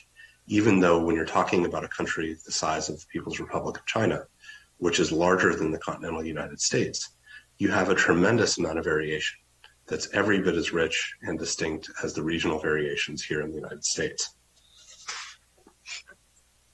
So to kind of move from my prepared remarks, or to finish my prepared remarks, if I were to understand the specific risks, because I was speaking to the more general presence of the party and their activities on university campuses, but if you wanted to understand the specific risks to the UW system, I would look at where in the People's Republic of China Chinese people who have earned their PhDs from the University of Wisconsin system, particularly in science, technology, engineering, mathematics related fields, as well as postdocs and visiting scholars, where are they now employed, right? Is there, if a nuclear engineer, for example, decided to go work at China General Nuclear, it seems a relatively normal kind of thing. Or if they decided they wanted to find a job at Westinghouse or a nuclear firm anywhere else in the world. But if there's a cluster of them at the Harbin Institute of Technology, for example, a university that's directly involved in supporting PLA modernization efforts, we'll have to ask questions of why. How did they come there? Was there an effort to create a pipeline for building that expertise to some of the best engineering programs in the United States, and to see how the University of Wisconsin system has been targeted to provide what kind of support to the Chinese government or to its military. But as a general set of rules, I would reiterate the point of having clear rules on universities that can be enforced as it relates to research security and compliance, to student conduct and the way that students relate to one another. Make sure that these rules are easy to access, and to make sure that there are notifications or training that can go to make sure that people understand their obligations. One of the important pieces of these rules is that when someone receives sort of a light pressure where it doesn't involve a threat to their family, is that this allows Chinese people to push back gently, right? I can't do this because I'll lose access, or I can't continue as a student, right? Here are the rules and here's what I agreed to. And having those rules behind them at least ensures that if pressure is going to be applied, that it's going to have to be applied more forcefully and in ways that a person is likely to seek assistance and protection from. The second is performing some basic due diligence on PRC partners. I mean, it seems obvious to say that you should know who you're dealing with. And the reason this is important is that some organizations are just bad. The United Front Work Department, for example, has been an instrument of political struggle of the CCP since the 1930s in some form or another. And even if you have clear rules and clear guidelines, the fact that a university picks up a program with a United Front actor, for example, means that even if your rules are clear, even if you've managed the risk perfectly well, you are legitimizing their activity on a university campus. And one of the things that I've noticed in dealing with universities is they often look at their peers to see what they do.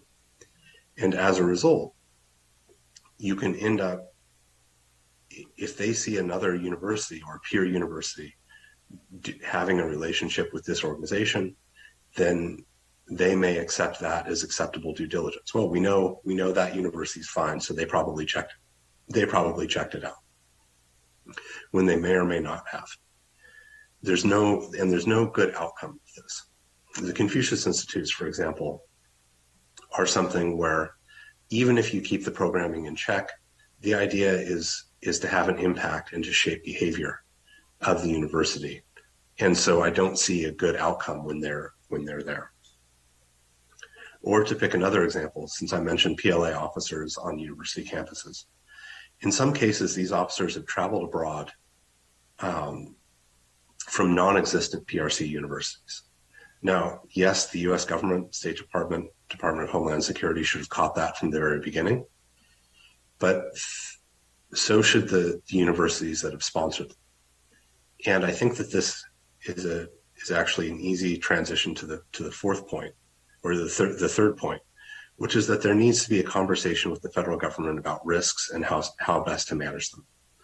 And I'll be the first to admit that I'm not sure the federal government is always the best at explaining these risks, but I do think a conversation can be had to discuss how to protect our universities, how to protect the students that are there, how to ensure that Chinese students, for example, get a free and full university experience. And if we don't have this conversation, we're more likely to end up in a situation where we use a hammer and break part of our system rather than a scalpel to carve out the cancers and to make sure that we preserve a healthy university. And a final general recommendation is that there should be a user-friendly reporting system for travel and compliance. You can't have something that is a bulky system that's difficult to use because it ultimately won't be enforced. And if it's not being enforced generally, then it becomes harder to deal with problems specifically, right? If no one's reporting, then picking out someone to say, well, you weren't doing this reporting, therefore you're going to have this problem, or you're going to be removed from the lab, or you're going to lose your access. That won't work because it's being enforced capriciously. So it has to be something that everyone can see and use and see some value in having this transparency. So generally, you can't manage these risks if you're not willing to ask basic questions of, who, what, where, when, why, and how in terms of partners in the PRC. Because as Congressman Gallagher referred to, anyone and anything can be co-opted from the PRC.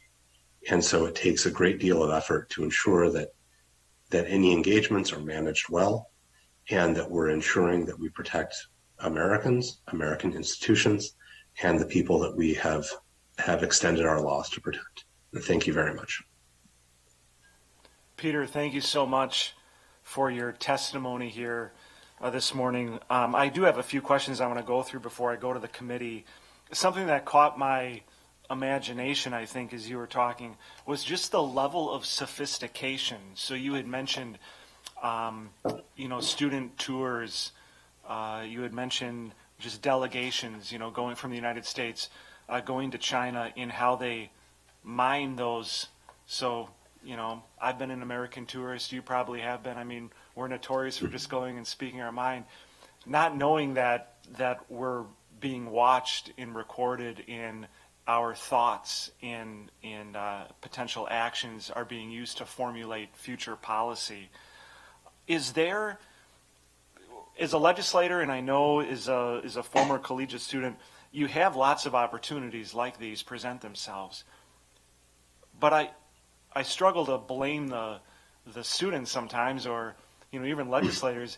You might not know that these groups that are offering you to do these things have these nefarious intentions behind them. Are there, at the federal level or at the NGO level, do we know of the groups that we should be staying away from and encouraging our universities to beware of? Unfortunately, there's not a comprehensive list, and I don't think it would be possible to have one that was up to date because they would change. It's something that you have to, in some sense, you have to be able to do some of the basic research on to understand who it is that you're dealing with, right? One of the problems with the United Front system is that it's present everywhere the party is present, right? And it's something that starts up at the very top level. It's represented as a policy area at the Politburo Standing Committee, the 7 people that are at the top of the leadership structure of the party in China, right? There are a couple of Politburo members that have responsibility for it. And when you look at the numbers of people at that Politburo level, the 25 individuals, the only other policy area that has more representation than United Front work is economic policy, right? So it's something that's critical to the party. And as you follow it down, realize every party committee has a United Front work department. So there's a central United Front work department. There's a Beijing City or a Jiangsu provincial United Front Work Department and on down to local levels. And the same thing is there for the Chinese People's Political Consultative Conference. There's a central, there's provincial, there are local levels, and that adds up to something like 615,000 delegates, according to the numbers of that system itself.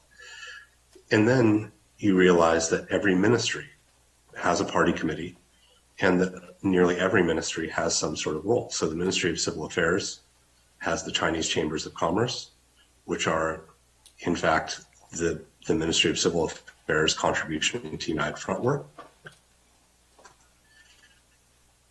To sort of control the channels through which economic engagement happens. There's the Ministry of Foreign Affairs for friendly foreign contact, and that body is also present at provincial and local levels, supporting those foreign affairs offices.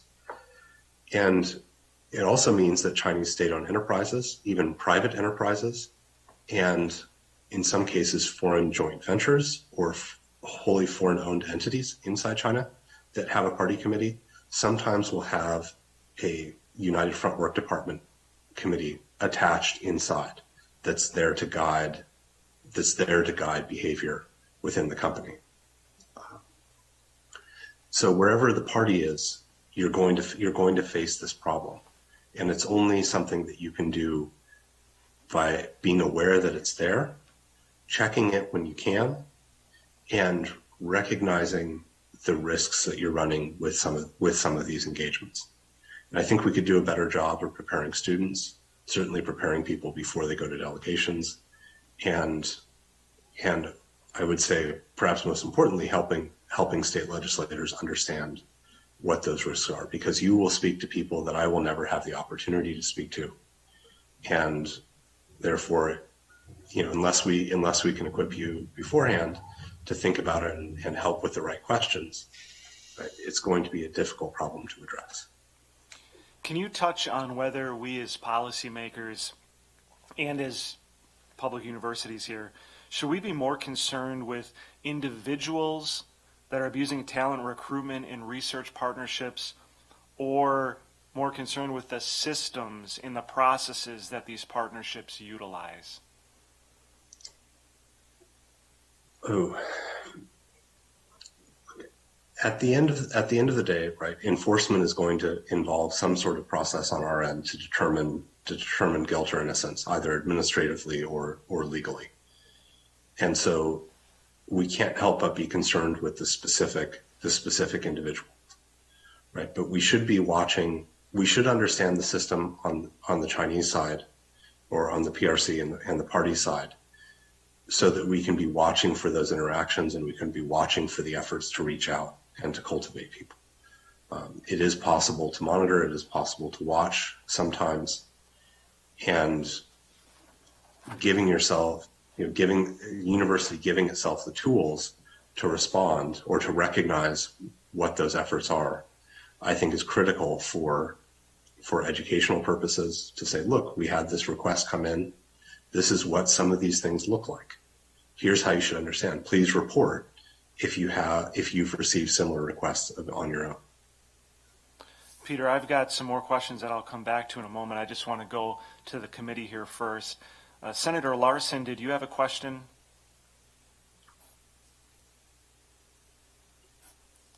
Senator Royce, did you have a question? No, thanks. Senator Fine? No, thank you. Senator Paff, did you have a question? Senator Darling?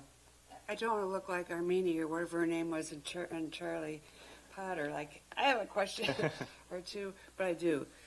What you've presented is very thorough, but very intimidating. Do you know a university system that's on top of these issues as you've described them, and how the university should implement them? That's my first question. And my second is, what if this university system of Wisconsin wanted to improve and reform their system? Who could they use as experts to help them? Like you said, know who you're dealing with. So I have I have limited insight into how university systems writ large have handled it. I have experience with a handful, specifically.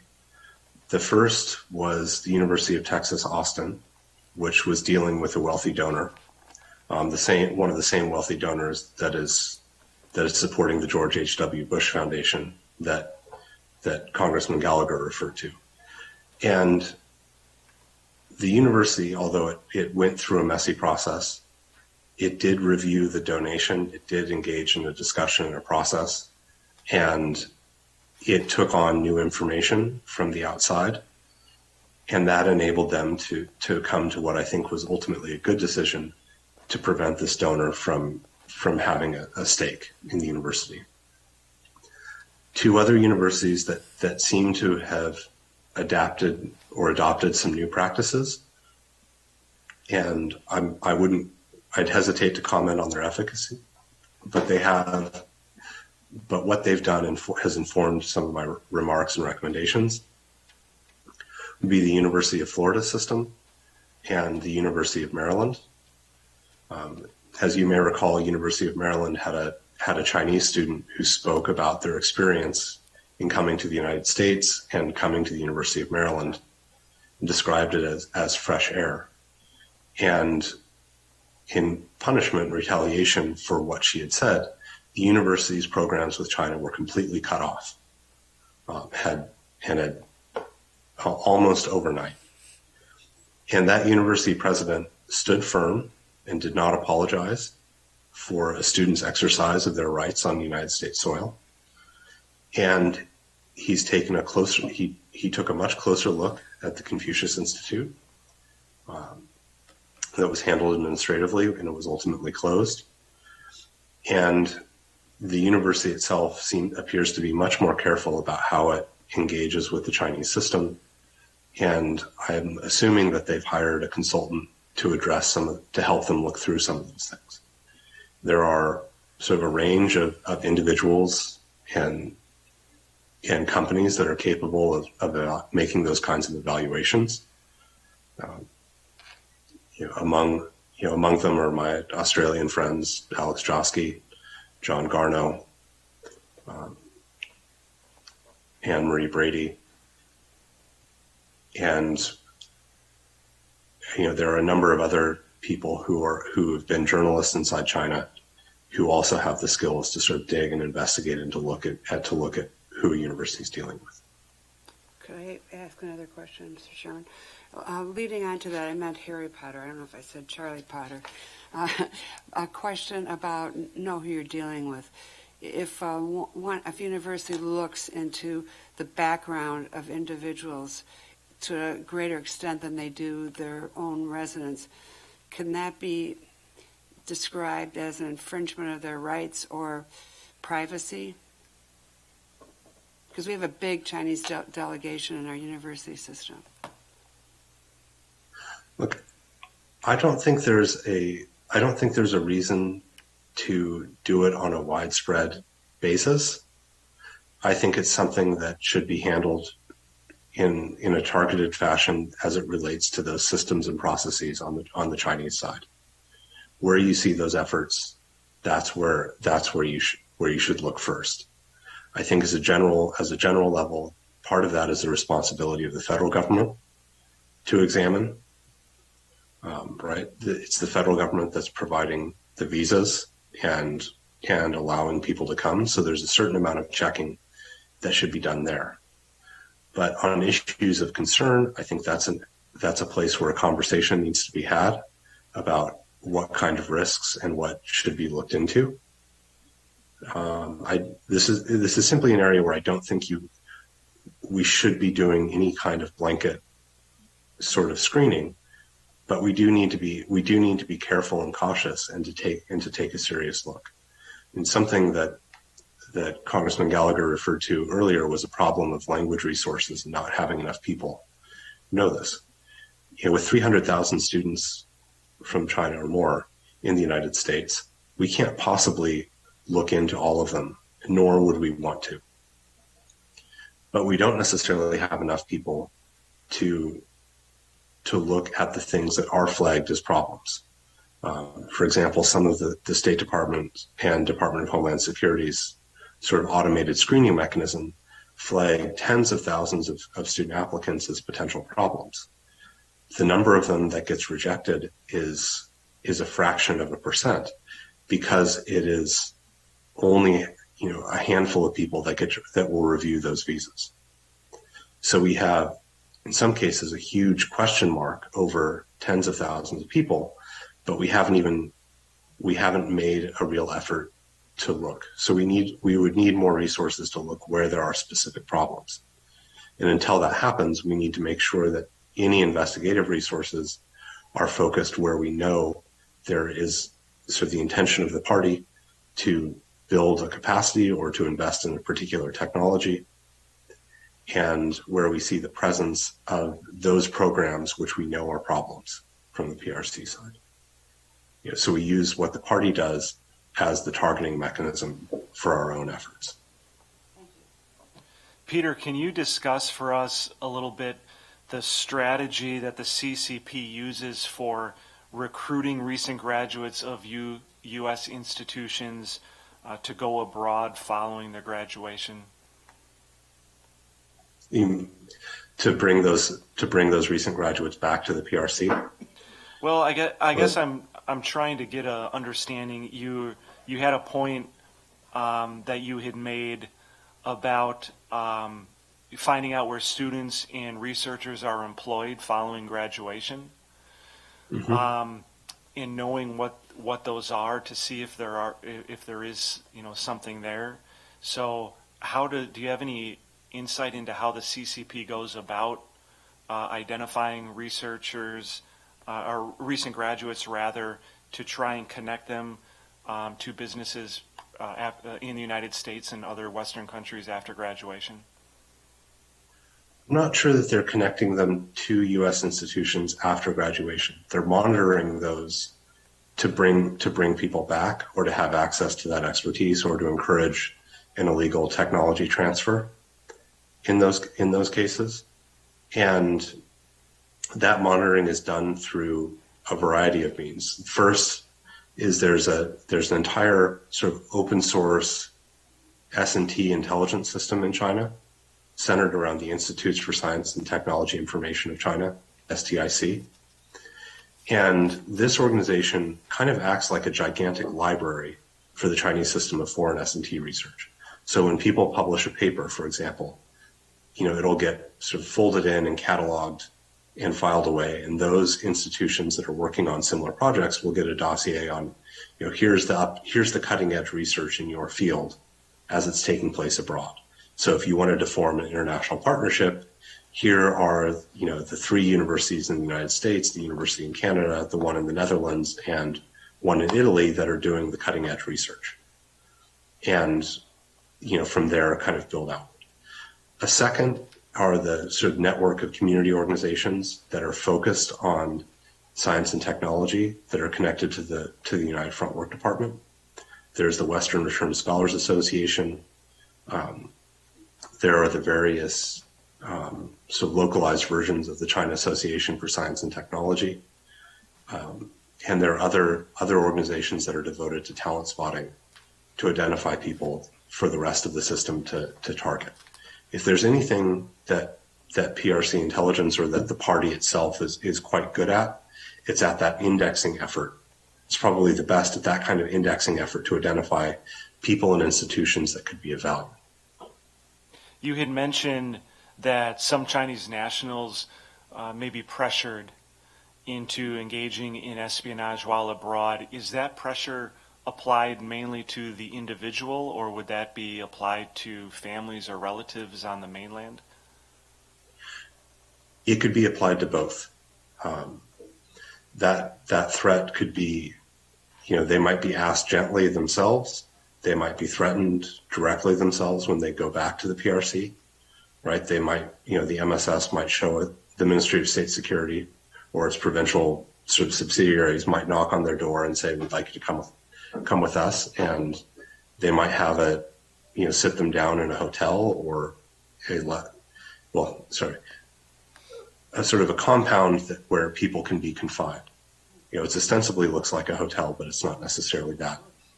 And they can be detained there until they agree, or they can have sort of a very aggressive discussion about you will help us or you're not going to leave here.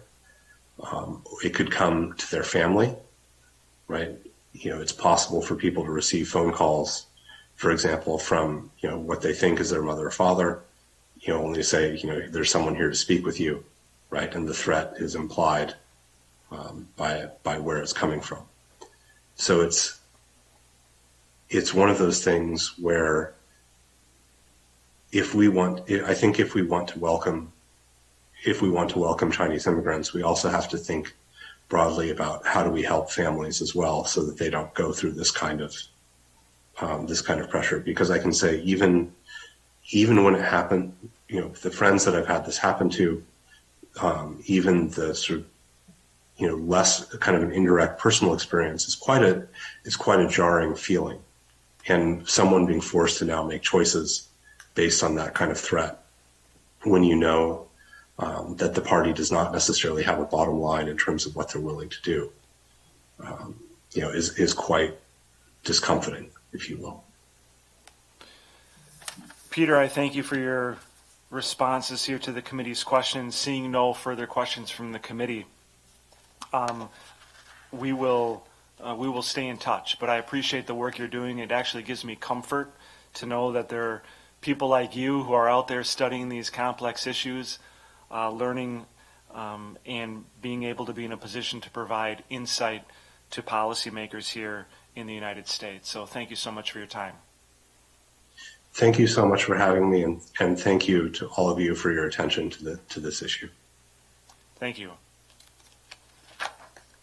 At this time, the committee is going to take a brief break here, just pending the arrival of our next speaker. So for those of you who are watching us on Wisconsin Eye, and for those of you here, we're going to take just a brief 10-minute break here, waiting the arrival of our next speaker. So stand by.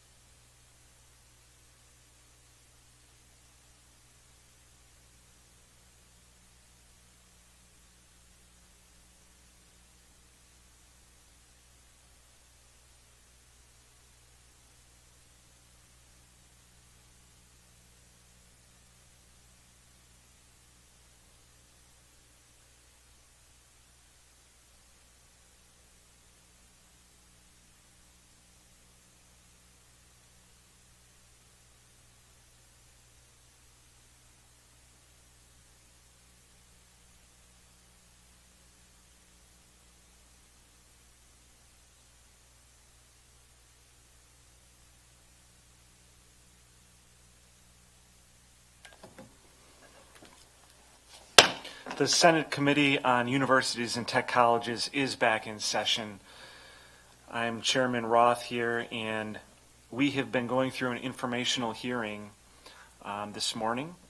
And for those of you watching on Wisconsin Eye, our next speaker is Emily Weinstein, a research analyst. Emily is a research analyst at Georgetown Center for Security and Emerging Technology, focusing on Chinese innovation in domestic science and technology policies and development. Before joining CSET, Emily was an analyst at Point Bello, a strategic intelligence firm, where she conducted research on Chinese domestic and foreign policy.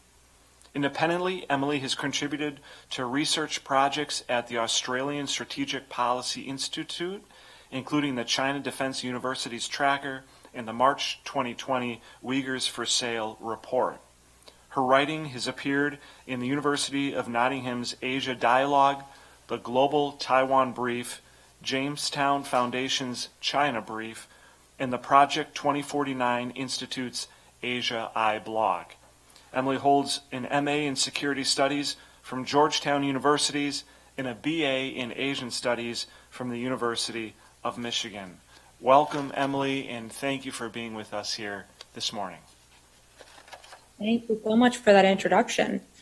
So I know you have already heard from some other experts in the field, so I thought I'd kind of frame my remarks on three specifics that I've spent my time looking at, and that's going to be China's Mil-Civ fusion strategy, Chinese talent programs, and kind of the Chinese education system and kind of the role that universities play in China's broader S&T goals. And kind of throughout my 3 points, I really want to set this stage for this kind of narrative that we're talking about two different systems, the U.S. system and the Chinese system, with very different motivations and very different institutions behind them.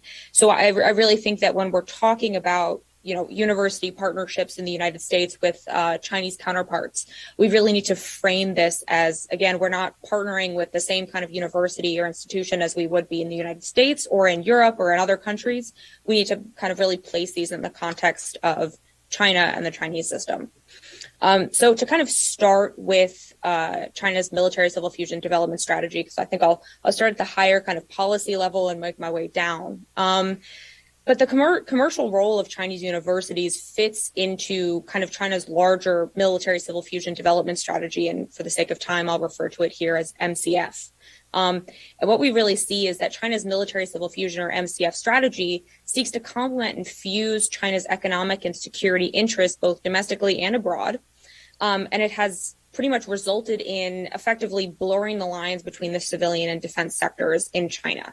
This has obviously made it nearly impossible for folks, in the United States or in other countries to decipher between military and civilian actors, particularly, again, in the university space. So what we kind of see in this, and, obviously there are Chinese universities or universities or institutions in China that are much more obviously connected to the military apparatus. Things like, PLA universities, the National University of Defense Technology, or China's NDU, that are much more obviously tangibly connected to the defense sector in China. But then there are others that kind of sit in this gray area. And kind of the next level down when I'm kind of thinking of the spectrum of Chinese universities ends up being the Seven Sons of National Defense, which are a group of 7 Chinese universities that are under the auspices of the Ministry of Industry and Information Technology, or MIIT. And these universities, again, because of their oversight under MIIT, have had kind of stronger historical ties to the defense sector in China. This is not just the PLA specifically, but even some of the more traditional, the more well-known. See China trying to use universities really as key drivers of that innovation and that R&D system. And there's a massive push, again, to patent research at that level, which is, I think, when we're talking about IP theft or issues when it comes to collaborations with U.S. entities, there's much more of a drive to, again, register that IP. And that's, I think, where we can see some of those issues that we've seen come up in cases with the China Initiative and others, where again, the focus is on the intellectual property and less on the kind of open collaborative environment. Another piece that I like to hit on as far as kind of the commercial side of Chinese universities are some of the holdings companies that Chinese universities oversee. So Chinese universities wholly own various holdings companies that invest in emerging technologies that are critical to both military and economic competitiveness and fit within the broader scope of Chinese government science and technology ambitions. And one of the kind of more obvious ones here is Tsinghua University's wholly owned Tsinghua Holdings.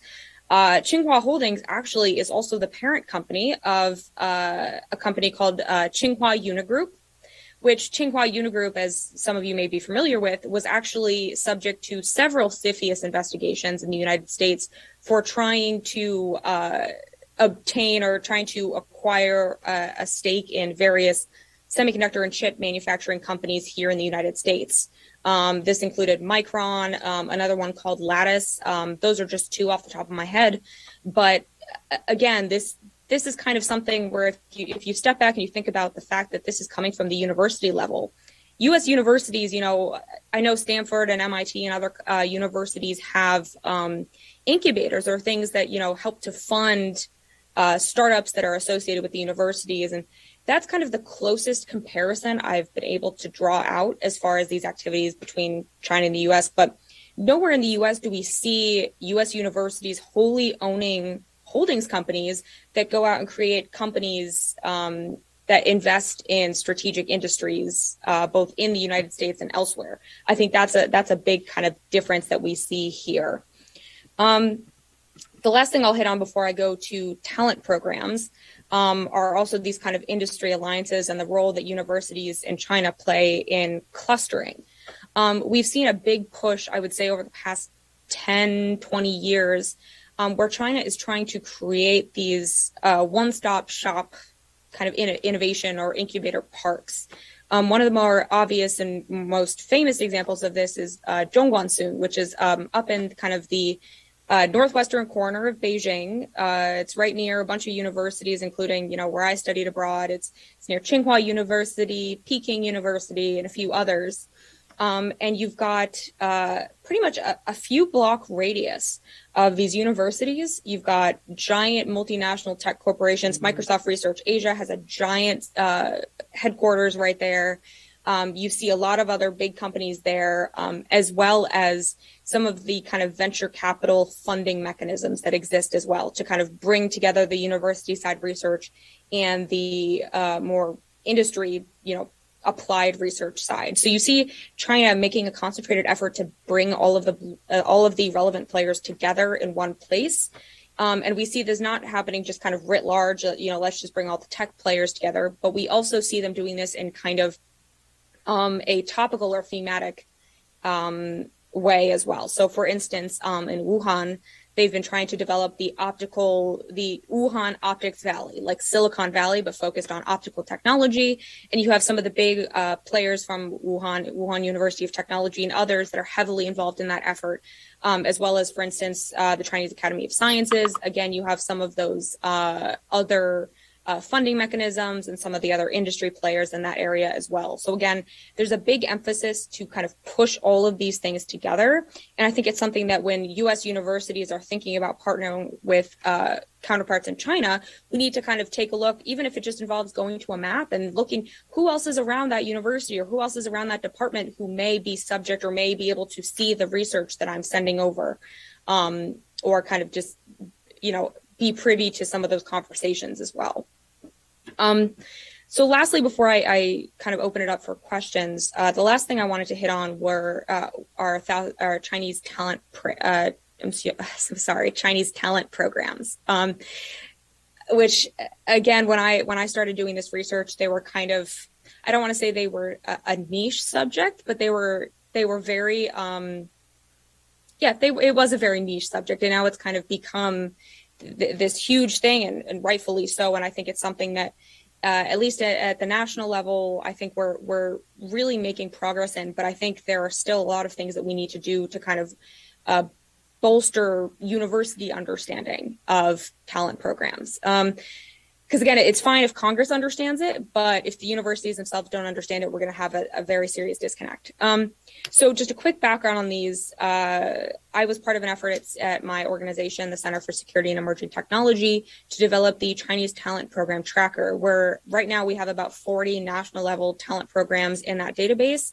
Soon to grow, I have about a list of 250 Chinese talent programs that will go in there, ranging from national level programs like 1,000 Talents, as everyone is probably familiar with at this point, to some more provincial and municipal level programs that I would say get less recognition, but are equally, if not more important to pay attention to, especially as China and the Chinese government are making efforts to kind of obfuscate some of this information, particularly, as you know, 1,000 Talents has disappeared from the internet. So what we see, and I think some of the things that I like to emphasize when it comes to talent programs, is participating in a talent program is not illegal. And I think that's the issue that we're running into nowadays when we're trying to craft legislation or trying to talk to universities about talent programs. The issue we're seeing is that because we can't get, we can't say you have done X thing wrong because you participated in a talent program, it ends up going down to like the financial level. And that's where we see in the China Initiative, there have been lots of cases of wire fraud, grant fraud, tax offenses, those kind of things. And I think I would really like to help kind of change or reframe some of the conversations around talent programs so we can really hit it like the heart of the issue and not just kind of, these nitpicky, okay, I know this person was doing something bad and I need to find something to get them on. And I think part of that involves getting universities on board. I think when we're talking to university administrators and even, professors, we need to talk more about, or we need to talk less about the national security risks, and we need to talk more about the risks to their research. And I'm talking now, I guess, at the professor level. Because a lot of the times, and, when we've seen criticisms of, for instance, the DOJ China Initiative, a lot of that has involved, the U.S. is all about open and collaborative research. We don't have controls on research. And I think that's a U.S. strength, and I think we need to play to that. But at the same time, China also recognizes that as a U.S. strength and is taking advantage of it. So one of the things that I've talked about with folks here in Washington is trying to have conversations with researchers about the competitiveness of their research, about kind of, pride in their research. In collaborations with China, a lot of the times you'll see China, as I'm sure you all are aware with, find ways to kind of take the IP that, a professor is working at a various university in the United States and take it back to China. And I think that's something where we can talk to them about, okay, this is not, leave the national security argument aside, but let's talk about your research. Let's talk about the pride that you have in the work that you've done and how you don't want it to be plagiarized. I think that's something that speaks pretty strongly to researchers. On the other side, too, when we're talking about researchers in the United States actually applying to talent programs or obfuscating, connections to talent programs, I think, one of the things that I think would be a very positive move forward is to create some type of, at the institutional level, at the university level, I don't necessarily want to call it amnesty, but a period where professors can actually come and talk to university administrators without fear of, very serious retribution, as if, the university administrators are going to take their issues straight to the FBI. I think what we saw over the past maybe 5-6 years has been a very rapid change in Washington as far as what research security policy should look like. And I think we're kind of, the university administrators and university professors are still trying to figure out where things are going. I don't think they've had the necessary time to kind of adjust to these new policies, or even we haven't given them enough time to even trickle these policies down to the proper levels. So when I picture this kind of amnesty program, I picture this as a time for universities to kind of catch up. This is not something that's going to exist, I think, for, 10, 15, 50 years. But maybe something that exists for the next 5 to 10 years, or something that gives people the time to catch up so that universities can put the proper measures in place, and then we can kind of move on with things. And obviously there are exceptions to the amnesty thing, particularly in the cases where people probably should have known better, or if you did something that I think I don't know, we can talk a little bit more about kind of my thoughts on where the amnesty program can go. I won't go into details right now. But I think that is something that we really should be thinking about as well. The last thing that I'll say before I close is that I think there's still a role for folks in Congress, both at the state level and at the national level, as well as folks like myself in the research space. And I also know hopefully folks at the University of Wisconsin could help me out with this, because I do know they have a great Asian studies program. We need more help with due diligence materials. There is a lot of, it's kind of it's almost a meme nowadays in DC that everyone says that Chinese language is the first level of encryption. And, as someone who has studied Chinese and researched Chinese, I sometimes forget that there is this discrepancy, and being able to not only just read Chinese, but even understand how the Chinese internet works. Where are the authoritative sources? Who should you, how should you view People's Daily, kind of a propaganda newspaper, versus a university posting versus something from the Ministry of Education? And there's skill behind that. And I think what we need is for the folks like myself and, the University of Wisconsin and other research institutions to kind of help put out translations, put out more reports, put out more due diligence materials. And I know there are efforts on the part of Congress at the national level to create some type of open source language repository for information on China. And I think pushing that kind of idea forward, both at the state level and at the national level, can help us, and help the FBI and help DOJ and some of the grant making organizations and, NSF, NASA, NIH, and others differentiate between those players who genuinely didn't know better and, got themselves tied up in something that they didn't want to and didn't know what they were going into, versus those who probably knew better, knew what they were going into, and chose to ignore the risks or chose to ignore the policies. Because at this point, it's difficult to parse out the differences. So with that, I will close my remarks and open it up for questions. Thank you so much, Emily. This is Chairman Roth here. I appreciate the work that in the knowledge that you bring to this subject. You, I know, worked on a project at Georgetown called the Chinese Talent Program Tracker. I'm wondering if you could tell us a little bit more about that program and if it would be something that legislators and universities could utilize. Absolutely. So I designed it for everyone from legislators to journalists to students to university administrators to use. And pretty much I can kind of walk you through the process with that. It involved kind of gathering as many primary source documents from the Chinese internet on various Chinese talent programs, kind of putting them all into one place, because I think one of the biggest issues I saw was that unfortunately, the Chinese government does not have a one-stop shop website where you can see a list of all of the talent programs and all the information, all the application requirements for every program that ever exists. It's really, scattered across the internet. So what I did was with the help of our great team here at CSAT, we have a great data team that has great software engineering capabilities.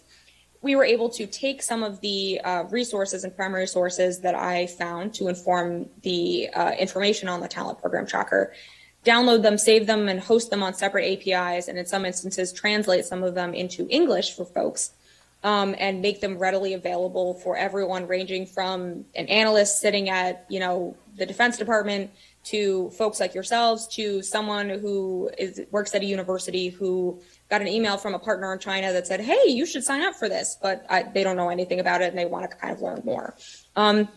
So a little bit more in detail. So each we call them baseball cards. So on the talent program tracker, there's these little cards, and each one represents a different talent program.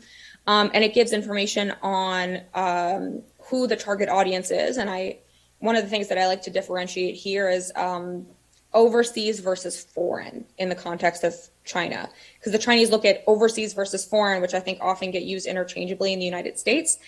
China views them as two different things, whereas overseas is looking at the Chinese diaspora versus foreign is looking at foreigners who are not of Chinese ethnicity. And there are different programs to kind of there are different programs that specify that we're looking for someone who is overseas but has Chinese citizenship versus someone who lives overseas and doesn't, versus someone who lives in China but doesn't have a Chinese passport, kind of narrowing down to the nitty gritty there, as well as the intended sector for various programs. So, for instance, some programs like the Changjiang Scholars or Yangtze River Scholars Program aims to funnel folks from academia to Chinese academia, whereas others like Thousand Talents have different sects for entrepreneurs, for university professors, and for others. And the Chinese Academy of Sciences itself also has some programs that that aim to funnel folks into CAS. So there's kind of different intended audiences or different kind of tracks, as you could say, for talent programs. Talks about the number of participants in talent programs per year, and that's usually an estimate, as well as some of the benefits that people get in participating in that program. So it talks about whether or not they get housing stipend, family assistance, funding for their research, whether they get a certain salary. And in some instances, I've tried to kind of put in as well in some of the details the amount of money that China says someone will get as a reward.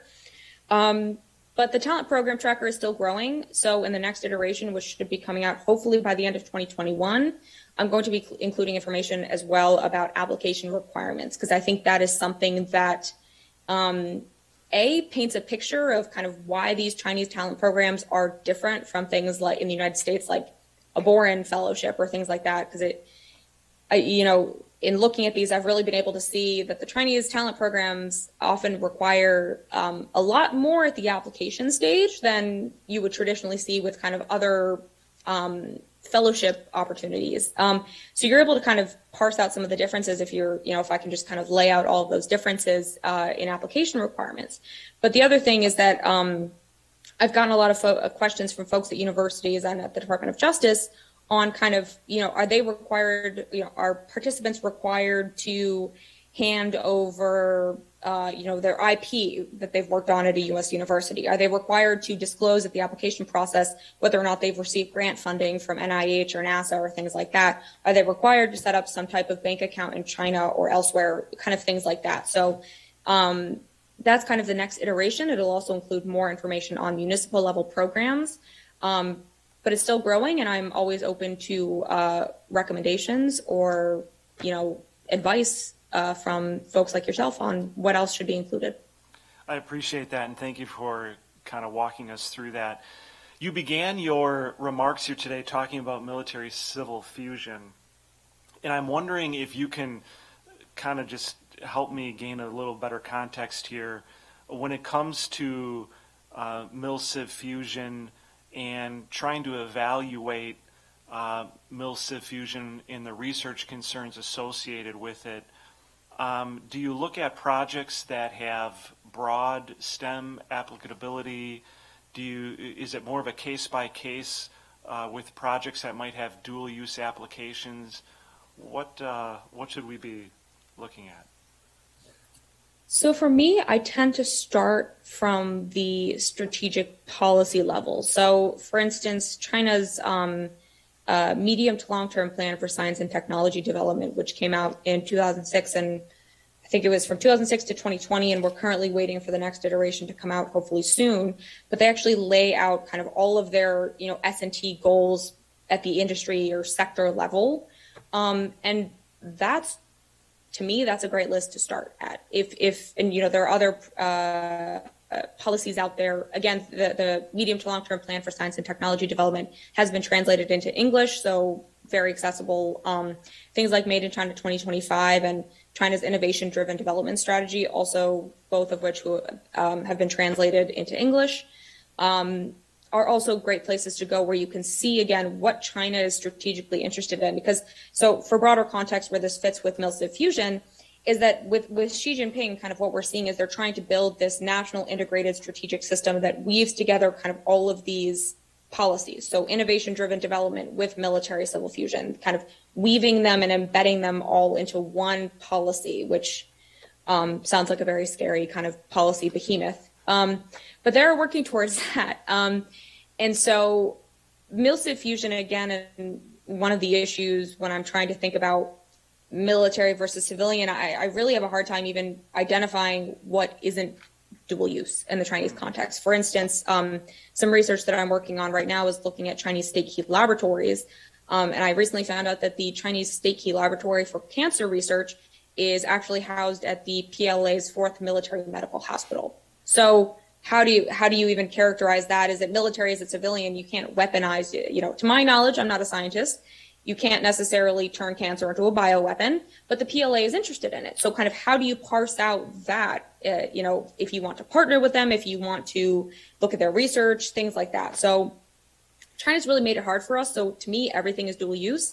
And it's more about, well, there's two sides of it. So we can look at kind of China's strategic interests, kind of these S&T sectors they're interested in, and say, okay, if they're interested in these, let's kind of limit their access to them, at least from our end. I think we can do this in certain areas, particularly in ones where we in the United States have a comparative advantage. I think semiconductor research and some of the associated areas with that, I think we have a leg up on China still, and I think China is still reliant on us to kind of move that industry forward. So when we're thinking about those types of relationships, we can almost kind of think of it as a bargaining chip with China. I think we can say, okay, they need our research, and we can think about how we want to navigate those relationships with our comparative advantage in mind. In others, I would say it really boils down to a cost-benefit analysis. And I really need to, I think a lot of the conversations in DC and nowadays when we're talking about collaboration with China, it's all about just like a straight risk assessment. And I think it needs to kind of pivot to more of a cost-benefit analysis where we're looking at not only what China could get from us, what are the risks, but what are the benefits, what do we get from collaborating with China? One of the biggest things we talk about, some of our senior fellows here at CSET, Anna Puglisi, who testified for the Senate a few weeks back as well, talked about the issue of reciprocity when we're dealing with China. And this has obviously been something that we've talked about more in the context of industry and market access. But I think with universities as well, it's something we need to, sit down and take a look at and see, are there things that Chinese universities can help us with?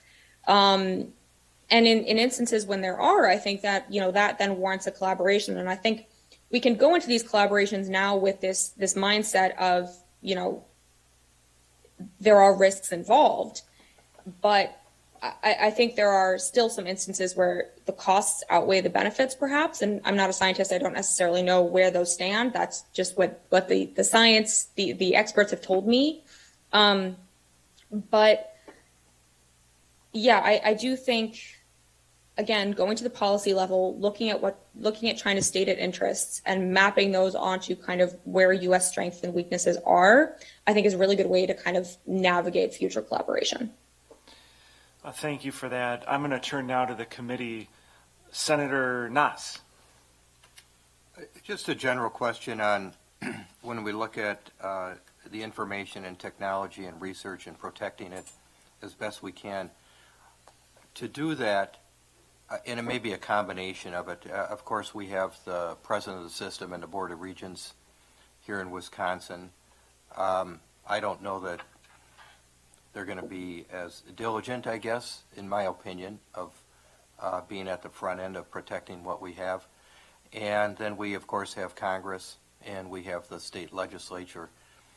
Do you have an opinion on where, and it's probably a combination, I suppose, but where much of that protection could come from and insert ourselves in some with Congress or the legislature? Obviously, that's legislative, and really we are able then to put the hammer down and say that you must do this.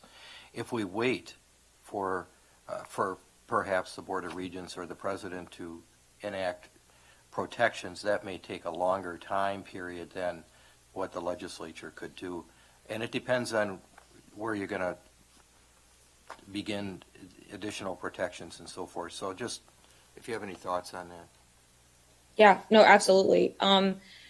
The first thing that came to mind, again, obviously it is much harder to convince the university administrators to do a lot of this. Some of them are more receptive to it than others, and I've talked to folks both in kind of the export control compliance side. I've talked to professors, I've talked to higher level administrators, and there is a wide range of kind of where folks are grasping this issue. One of the things that could happen, I think, at the at the lower levels perhaps is mandating a kind of due diligence process, or saying that you need to provide X type of documentation, that you've certify that you've looked at the risks, or certify that you've consulted X, Y, and Z kind of research or resources before entering into a partnership. And one of the things that I think often gets missed from that conversation is the due diligence or kind of transparency on the part of the Chinese counterpart or Chinese partner. If you can get in writing, so let's say you're the University of Wisconsin and you're partnering with a department at Zhejiang University in China. If you can get that professor or the kind of the PI in that project to certify that no one who is working on this is part of a Chinese talent program, or no one here is going to, I don't want to, there's probably a more artful way than saying we're not going to transfer your IP to China, but something along those lines to get the Chinese side to certify that they're going to do that. I think in writing, having that both for kind of setting the stage of the collaboration and showing the Chinese side that, hey, look, we know the risks, we're paying attention to them.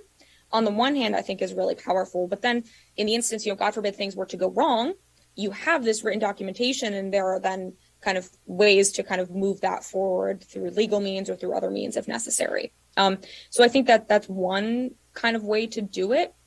There are a few others, and I know Congress right now is working on, there are a few bills at the national level to talk about defining a malign talent recruitment program. And I'm a big fan of kind of where those are going. I like them, because they're relatively country agnostic, at least in the ones that I've seen. They talk about kind of foreign countries of interest. So it's China, North Korea, Iran, and Russia. So it kind of separates these conversations from the conversations around xenophobia with China and kind of some of the issues that have come out of the China initiative. And, saying that this is foreign countries of concern. This is not just China, even if, again, behind the scenes, it's more targeted at Chinese talent programs. It's also a great way to, I like these definitions that have come out of Congress, because I think there are things that university administrators and regents can look to in kind of shaping some of the institutional level policies around talent recruitment programs. Obviously, a lot of the ones nowadays are focused on researchers or entities that are getting federal funding for their research. But I think there are ways to kind of bring that down to the state level and talk about, if you are, set up reporting mechanisms for if you are a part of these programs, just so even, again, because they're not illegal, you can't punish someone. But if a university can keep track of even people who are part of these talent programs, I think it's all about transparency, and it's all about being aware of what's happening. So the more we can do that, I think we're in a better position to handle this. Thank you. Senator Larson. Senator Royce. Senator Paff. Senator Darling.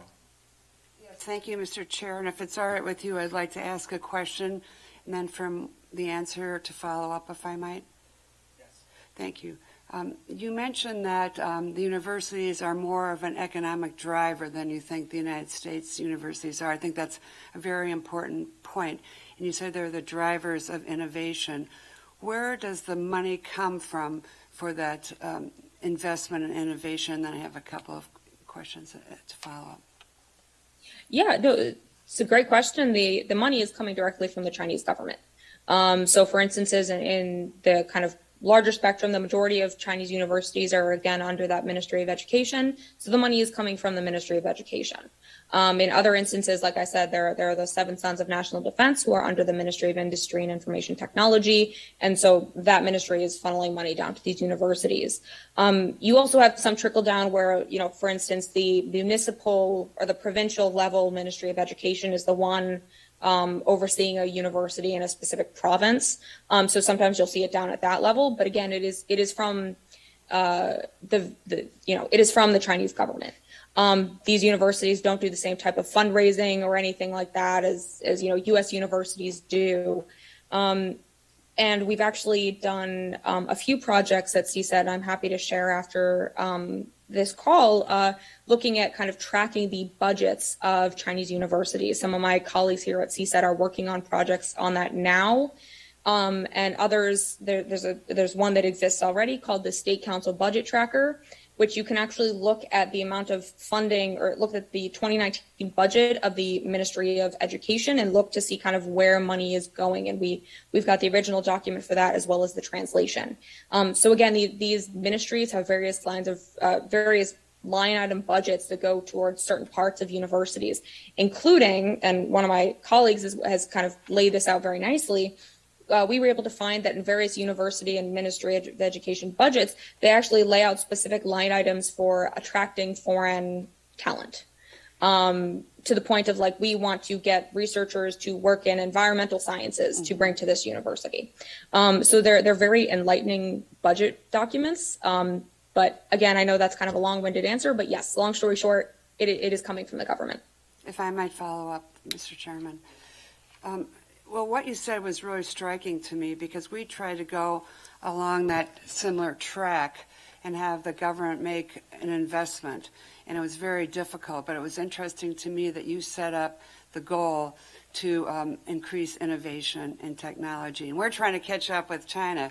So it's interesting that you mentioned that you were investing in early startups. And that, I mean, China was, and that they were investing in incubators. And their goal was to get to a transfer from the universities to innovation and to patents. And that's what we were trying to do. And you're talking about strategic industries were identified by China, and then that's where they went. And you're also talking about clustering, where there's a one-stop shop. It's really interesting that you said that because that's exactly what Wisconsin was trying to do. And while we could only get about $20,000 for that effort, it's called the Badger Fund, our neighbor Michigan was investing like $200,000. So I think you're putting an emphasis on that. It's very important. I'm glad the university system is still here and legislators are still here to hear that, because if we are going to advance and put our universities more in a position to influence our economy, I think we have to look at that pipeline that you mentioned. So thank you very much. Absolutely. And I would just follow up quickly with too that, you know, there are things to be said about kind of looking at what China is doing and seeing where their system is working. And I think that is one example of where it is working. I would say, however, though, that I think the big difference in looking at the two systems is, again, that ability in the United States for, you know, let's say the Department of Defense approaches University of Wisconsin and says that we want to work with you. Wisconsin can say no.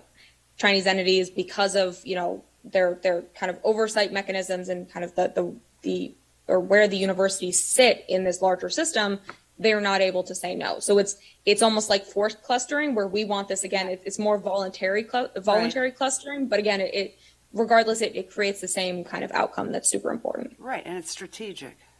Exactly. Well, thank you. Emily, I want to thank you so much for your time. I want to thank you just for the work that you're doing and the research that you're doing, is it helps policymakers like us at the state level awaken our awareness to these international events and how we can better improve our institutions here in Wisconsin so that we're not susceptible to nefarious activities. So thank you so much for joining us here today. Yeah, thank you so much for having me. With that, the committee now is going to move to our final speaker here on our informational hearing, and that is Rochelle Peterson. Rochelle Peterson is the Senior Research Fellow of the National Association of Scholars. Rochelle joined NAS in 2013 as a research associate analyzing the campus sustainability movement. She graduated from the King's College in May of 2013 with a bachelor's degree in politics, philosophy, and economics. She is the author of several NAS reports, Sustainability Inside Divestment, Outsourced to China, Confucius Institutes in Soft Power in American Higher Education, and Corrupting the College Board, Confucius Institutes in K-12 Education. Ms. Peterson's research and commentary has been published in outlets such as the New York Times, the Wall Street Journal, National Review Online, and Commentary Magazine. She has discussed her research on the Wall Street Journal's Opinion Journal and on numerous radio shows. Welcome, Rachel. Thank you so much. It's a pleasure to join you today. Thank you so much for having me. And thank you to this committee for taking so seriously the issue of international security in institutions of higher education. It is such an important topic, and I'm glad that you're looking at this. My name is Rochelle Peterson. I'm a senior research fellow at the National Association of Scholars. I'm honored to be with you today. My research focuses on Confucius Institutes, and most recently how they are morphing into new and increasingly sophisticated tools of Chinese government influence on American college campuses. Confucius Institutes, as you may be familiar, are Chinese government-sponsored centers that began appearing on American college campuses in 2004. In the last couple of years, as these Confucius Institutes have sparked controversy, most of them have closed down. However, many have been replaced with other extremely similar programs under new names. And although it may seem that we won the battle against Confucius Institutes, in reality, Chinese government influence campaigns are merely shifting to new tactics and to new programs.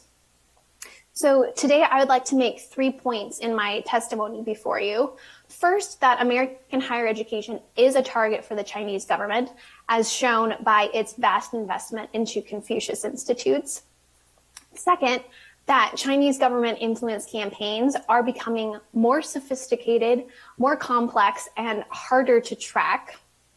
And third, there are ways that state legislators can act, such as considering the model bill, the Atheni Act, which NIS has endorsed. First, let's talk about how American higher education is a target for the Chinese government. And as a case study, let me tell you a little bit about Confucius Institutes. 118 American institutions have hosted a Confucius Institute since 2004. These are Chinese government-funded campus centers that teach Chinese language and culture. These Confucius Institutes have popped up at prestigious universities like Columbia and Stanford, but also at small local institutions like the Community College of Denver, Christian colleges, historically black colleges and universities, top-tier research universities, liberal arts colleges. The Chinese government has seemed interested in planting Confucius Institutes wherever a willing partner would accept them. There was one Confucius Institute in Wisconsin at the University of Wisconsin-Platteville, though it did close earlier this year in May 2021, and a little bit more on that later. Now, ostensibly, Confucius Institutes are benign goodwill gestures from the Chinese government aimed at teaching Chinese language and culture. But in fact, the Chinese government has sought to use these courses as a pretext for a more subversive political agenda. In 2017, I wrote a report called Outsourced to China that examined Confucius Institutes in greater detail. Here's a quick overview. A Chinese government agency called the Hanban set up Confucius Institutes. Typically, the Hanban would provide 3,000 books. It would give $100,000 to $150,000 per year, though in some cases it offered far more money than this.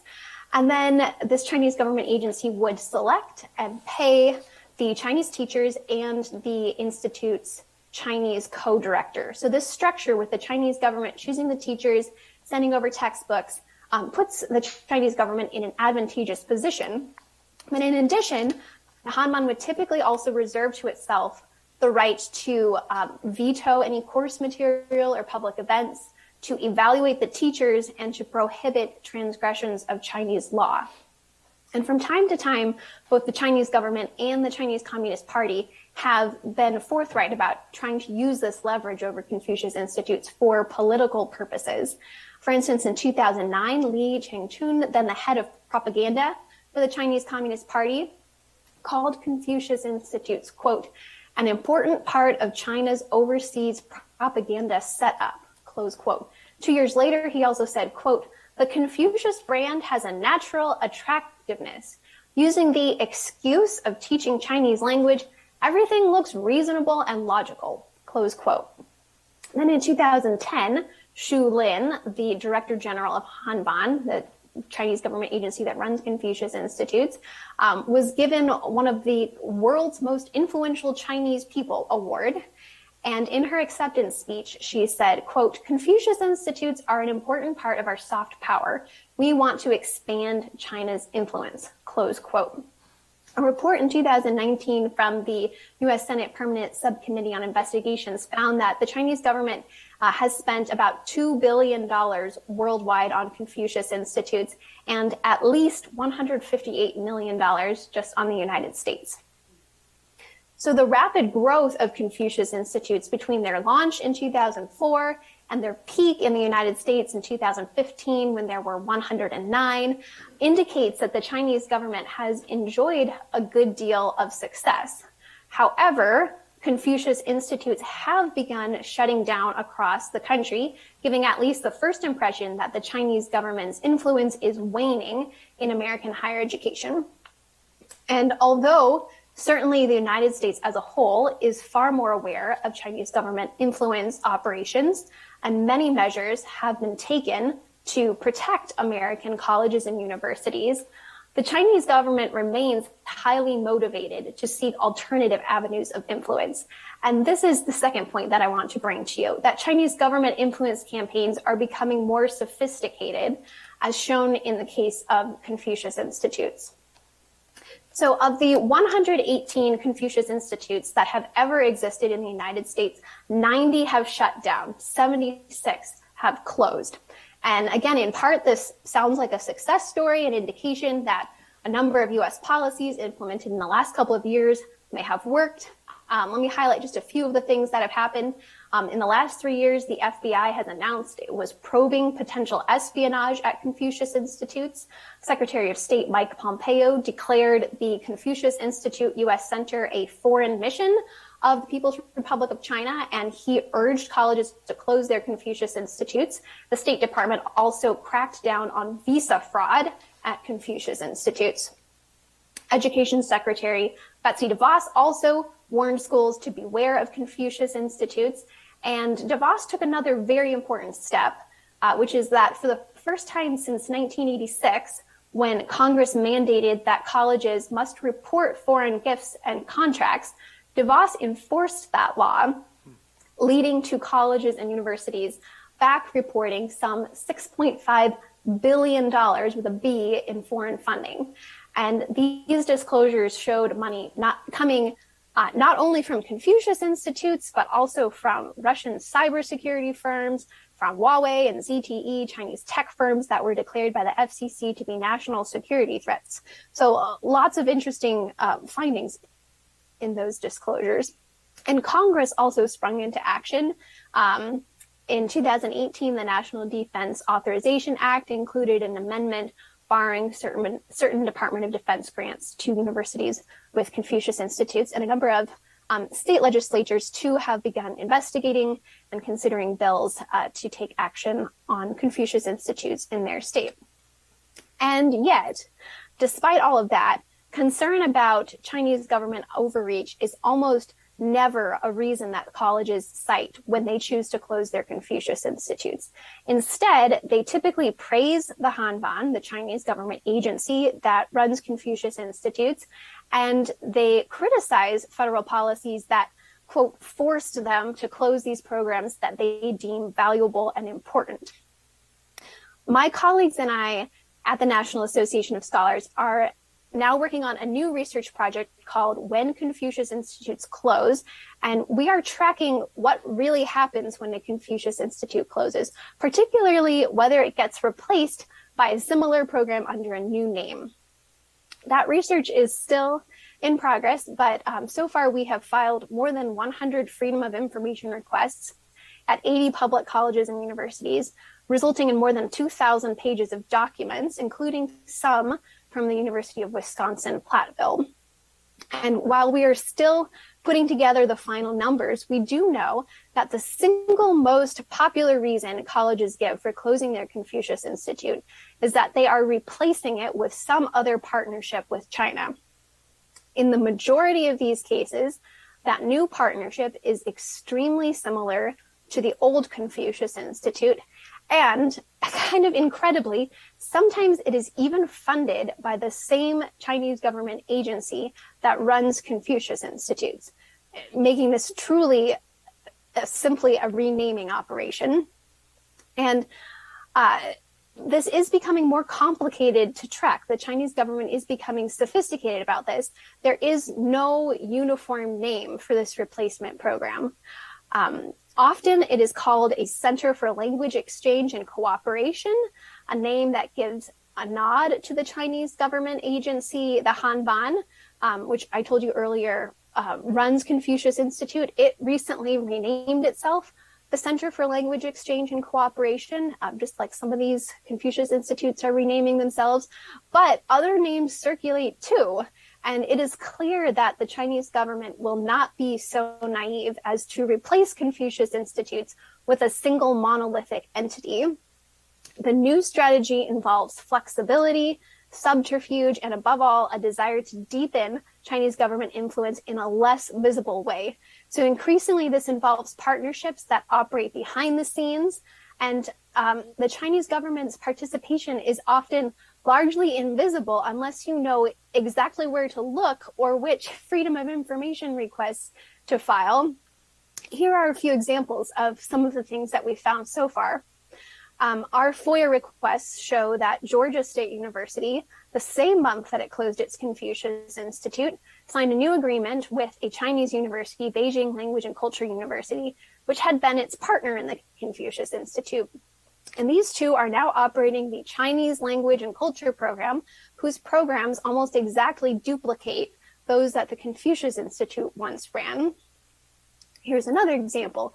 The College of William and Mary, which entered a sister university relationship with Beijing Normal University, its partner in its Confucius Institute, and the new sister university agreement took effect on July 1, 2021, one day after the Confucius Institute closed on June 30th. Michigan State University told us that it plans that, quote, many of the Institute's programs will be transferred to other areas within the university, close quote, though not under the name Confucius Institute. The university told us by email, quote, while the university is closing the Institute, it is not closing its doors to continued engagement with China or other partnerships formed through the Institute, close quote. And then there's the University of Michigan, which actually went so far as to issue a press release announcing that it was not only closing its Confucius Institute, but also seeking to retain funding from the Hanban, this Chinese government agency. In that press release, James Holloway, the vice provost for global engagement, said the university was, quote, in communication with Hanban, exploring alternative ways to support the greater community, close quote. And federal disclosures under the law I mentioned earlier that Secretary DeVos began enforcing, those disclosures do show that the University of Michigan did in fact receive more than $300,000 from the Hanban in May and June 2019, just as the Confucius Institute was closing. An interesting sidebar, though, is that under the Biden administration, these disclosures have recently disappeared from the Department of Education's website. One more example to give you is Northern State University even went so far as to negotiate a new agreement with the Center for Language Exchange and Cooperation, which is again the new name for the Hanban, the Chinese government agency that started Confucius Institutes. That agreement took effect in 2020, 1 year after it closed its Confucius Institute. And under this new agreement, CLEC, the new name for the Hanban, will, quote, dispatch Chinese language teachers, close quote, and pay their salaries and living expenses, exactly as the Hanban did under the Confucius Institute. There are also at least 4 colleges and universities that have recruited a new host for their Confucius Institute, so that the Confucius Institute hasn't really closed, but it merely changed locations. So the University of Washington sent its Confucius Institute to Pacific Lutheran University. Western Kentucky University recruited the local Simpson County Public School District. Pfeiffer University in North Carolina, San Diego State University also found new partners to pick up their Confucius Institute. And in the midst of all these changes, the Chinese government has used a multifaceted approach to guard its relationships with colleges and universities. Early on, it sought to openly persuade the American public that Confucius Institutes were innocuous, that they were great things. The Confucius Institute U.S. Center paid for 14 national press releases between 2018 and 2020. In 2018, it actually broadcast on direct TV and on YouTube a 10-episode TV series featuring presidents of American universities and corporations praising Confucius Institutes. But on the other hand, the Chinese government has also arranged for platforms for American defenders of Confucius Institutes. So in 2018, the Confucius Institute U.S. Center booked the National Press Club in D.C. and arranged for university administrators to sing the praises of Confucius Institutes. The most famous thing that came out of that is Arizona State University's Matt Salmon claimed the Confucius Institute was, quote, a real blessing, close quote, and that it was co-funded by the Department of Defense. This claim, as it turned out, was false. And it also quickly resulted in legislation to bar collaboration between Department of Defense programs and Confucius Institutes. Now, at other times, the Chinese government has also threatened the U.S. with hostility, as in July 2021, when Chinese Vice Foreign Minister Xi Feng delivered a list of, quote, wrongdoings that he demanded the U.S. correct, which included ending assaults on Confucius Institutes. And for a time, the Hanban also sought to reassure its American partner universities of the value of Confucius Institutes and to coach them in the art of defending their Confucius Institutes. Our Freedom of Information requests show that Hanban mailed to many American colleges and universities a 2019 letter rebutting, quote, recent groundless criticism and seeking suggestions on, quote, how to better develop our Confucius Institute under such circumstances, close quote. The letter proceeded to clarify the mission of Confucius Institutes, provide a list of talking points, and urge, quote, proactive measures to improve Confucius Institute's public standing.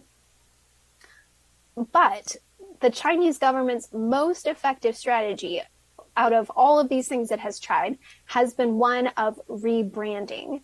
And it is this rebranding that colleges and universities are now mimicking when they say they are closing their Confucius Institute, but are really just renaming it. The Chinese government, for its part, has renamed the Hanban, as I alluded to earlier, the Chinese government agency that ran Confucius Institutes. It has been renamed the Center for Language Exchange and Cooperation, and it has spun off a new nonprofit, the Chinese International Education Foundation, which now technically is running Confucius Institutes. The newspaper China's Global Times presented this rebranding as a way to, quote, disperse the Western misinterpretation that the organization served as China's ideological marketing machine, close quote. And Hanban's transformation did, in fact, execute a plan that the Chinese government had announced earlier that year to, quote, reform the image of Confucius Institutes, retooling them to, quote, better serve Chinese diplomacy. This reorganization and rebranding effort by the Chinese government changes very little about the substance of Confucius Institutes. The Chinese International Education Foundation is technically a non-governmental nonprofit, which defenders of Confucius Institutes say makes null past criticisms that Confucius Institutes are run by the Chinese government. But in reality, the line between the Chinese government and its offshoot organization is paper thin. This foundation is under the supervision of the Chinese Ministry of Education, and it is funded by the Chinese government.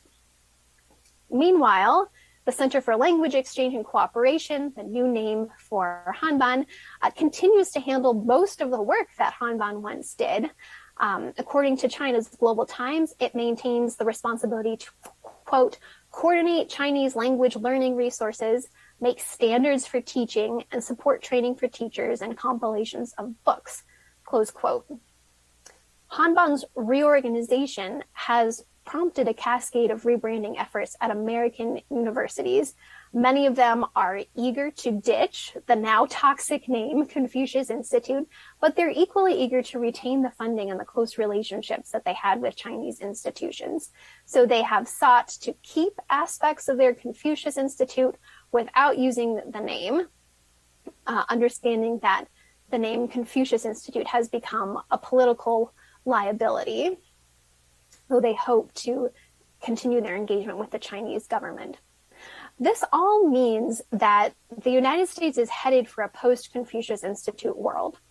That is not to say that it is free from inappropriate Chinese government influence campaigns, only that those campaigns have become more sophisticated and complicated.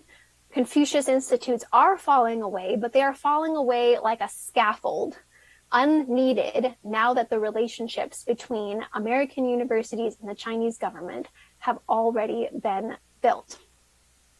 Let me say just a few words about the University of Wisconsin-Platteville. It did close its Confucius Institute earlier this year. It does remain in a variety of partnerships with South Central University for Nationalities, which was the Chinese university that had been its partner in the Confucius Institute. The two universities have partnered, for instance, in the Master of English Education program, which trains Chinese students to teach English. I do have a copy of a letter to the Chinese government announcing plans to close the Confucius Institute, in which University of Wisconsin-Platteville Chancellor Dennis J. Shields indicated that the Chinese government agencies CLEC and CIEF, these two successors to the Hanban, may be involved in facilitating some of these partnerships with Chinese universities. He wrote to both agencies that, quote, "I look forward to our continued partnership in offering the Master of Science in Teaching English as a Second Language, as well as other programs and projects in the future." So the Wisconsin State Senate may wish to inquire of Chancellor Shields what role the Chinese government is playing in the Master of English Education program, as well as what other additional, quote, programs and projects Chancellor Shields hoped to pursue with CLEC and CIEF. As my third point, let me sketch out a few ideas of what state legislatures could do in response to all of this. The first suggestion is simply to investigate, to ask Wisconsin colleges and universities about their relationships with Chinese institutions, and most importantly, to ask for details, ask for copies of any agreements that have been signed, for dollar amounts, for budgets, for the number of students participating in exchange programs, the number of faculty engaged in joint research projects with Chinese institutions. Ask for the details and see what you find. Second, you can consider legislation. There is an excellent model bill put forward by the Athenae Institute. The Athenae Institute, if you're not familiar with it, is a China-focused group actually founded by college students and endorsed by the national leadership of both the college Republicans and the college Democrats, which is quite remarkable. The bill is called the Athenae Act, and my organization, the National Association of Scholars, has endorsed it. The Athenae Act calls for Confucius Institutes and their successor organizations to close on penalty of losing some state funding. The third idea I want to present to you is to step up transparency efforts. I briefly mentioned Section 117 of the Higher Education Act, which requires colleges to disclose to the Department of Education major gifts and contracts coming from foreign sources. And although the Trump administration made great progress in enforcing this law, it has historically been almost completely unenforced. And under the Biden administration, enforcement has once again been almost non-existent. There are also some loopholes in the law that need to be closed. So certainly at the federal level, this law is not a guarantee that we have full transparency of foreign money coming to our colleges and universities. At least one state, however, the state of Florida, has put together a state version of Section 117, requiring disclosure under state law of foreign gifts and contracts. That Florida bill did pass. It was signed into law by Governor DeSantis, and I highly recommend that all states institute something similar to this. In conclusion, I just want to emphasize that the Chinese government is sophisticated and calculating. It has already prepared for the demise of Confucius Institutes, and we would do well to prepare as well. Thank you. Rochelle, I want to thank you for your testimony here and the information you shared with our committee. We will continue to, I appreciate the comments you made just regarding UW-Platteville. And if it's possible, I'd like you, if it's possible, to provide the committee with those documents that you had referenced. We would certainly like to take a further look at that. As it relates to Confucius Institutes, and now they're kind of morphing right into successor organizations. So the concept, it's still there. It's just a different name. You know, it's kind of what I've heard you sort of describing for us. Is it possible that with the level of sophistication, university systems across America might not know that while they're saying goodbye to a Confucius Institute, this next entity, whatever it is called, might they not know that that's the same thing with a different name? Or in your opinion or experience, would these university officials very well recognize that this is kind of the same thing, different name? Certainly this will vary a little bit college by college because the successor organizations, the replacement organizations at each of these colleges does vary. As I mentioned, it's not like there's a single thing that's replacing each of these Confucius Institutes. It's a little different college by college. But certainly the name change of the Hanban and its replacement by the Center for Language Exchange and Cooperation and the Chinese International Education Foundation, colleges are very aware of that. They each received letters from the Hanban alerting them to the reorganization of the Hanban and letters introducing them to these two new organizations. So when a college signs an agreement with one of these two, CLEC or CIEF, they know exactly what they're doing when they do that.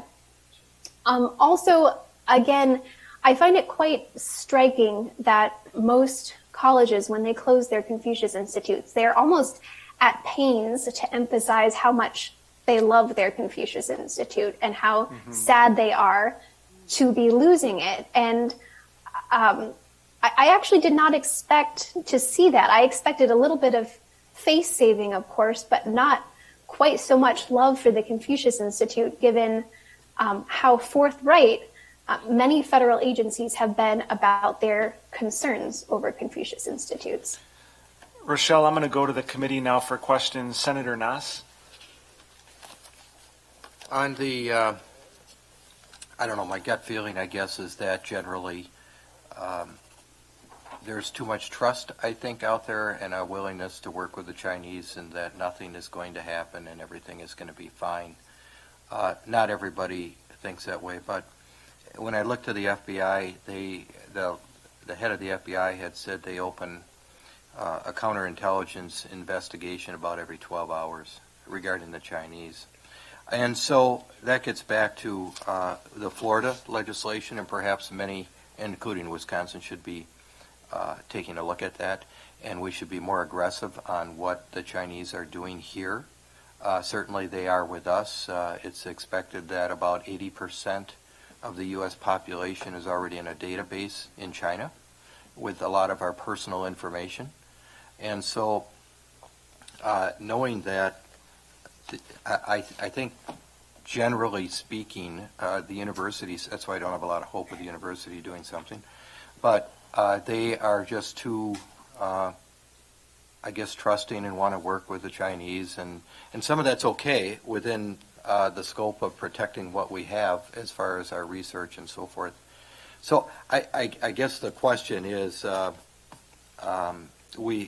I think we have to be more aggressive with legislation, and both at the federal level and at the state level going forward, and that generally speaking, the university systems are just I think, too trusting that nothing really big is going to happen, and they're too slow in